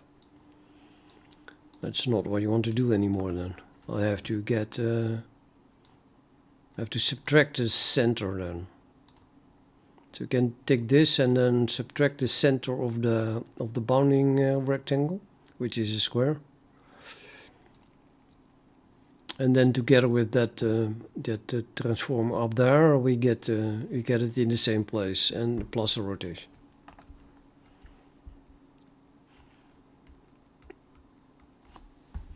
So kind of have to take this apart and call this, which is then no longer true, is it? Well, it wasn't true anyway. No, actually it is true now. The bounding box here, the bounding box is not rotated. So just like this adjust, I have to, let's say if I want to draw something that is rotated 45 degrees, I'm going to have to divide this rectangle by the square root of 2 to get the sides of my rectangle. I have to adjust it a lot more than just subtracting the line width. I'm starting to feel that I understand this whole stuff completely now, yeah, more or less. And then hopefully with that knowledge I can go back to the chess application and finally make the zoom and the panning work correctly. So I couldn't get that to work with vibe coding, as it were. That it be kept giving code that just made the whole thing jump 1 pixel.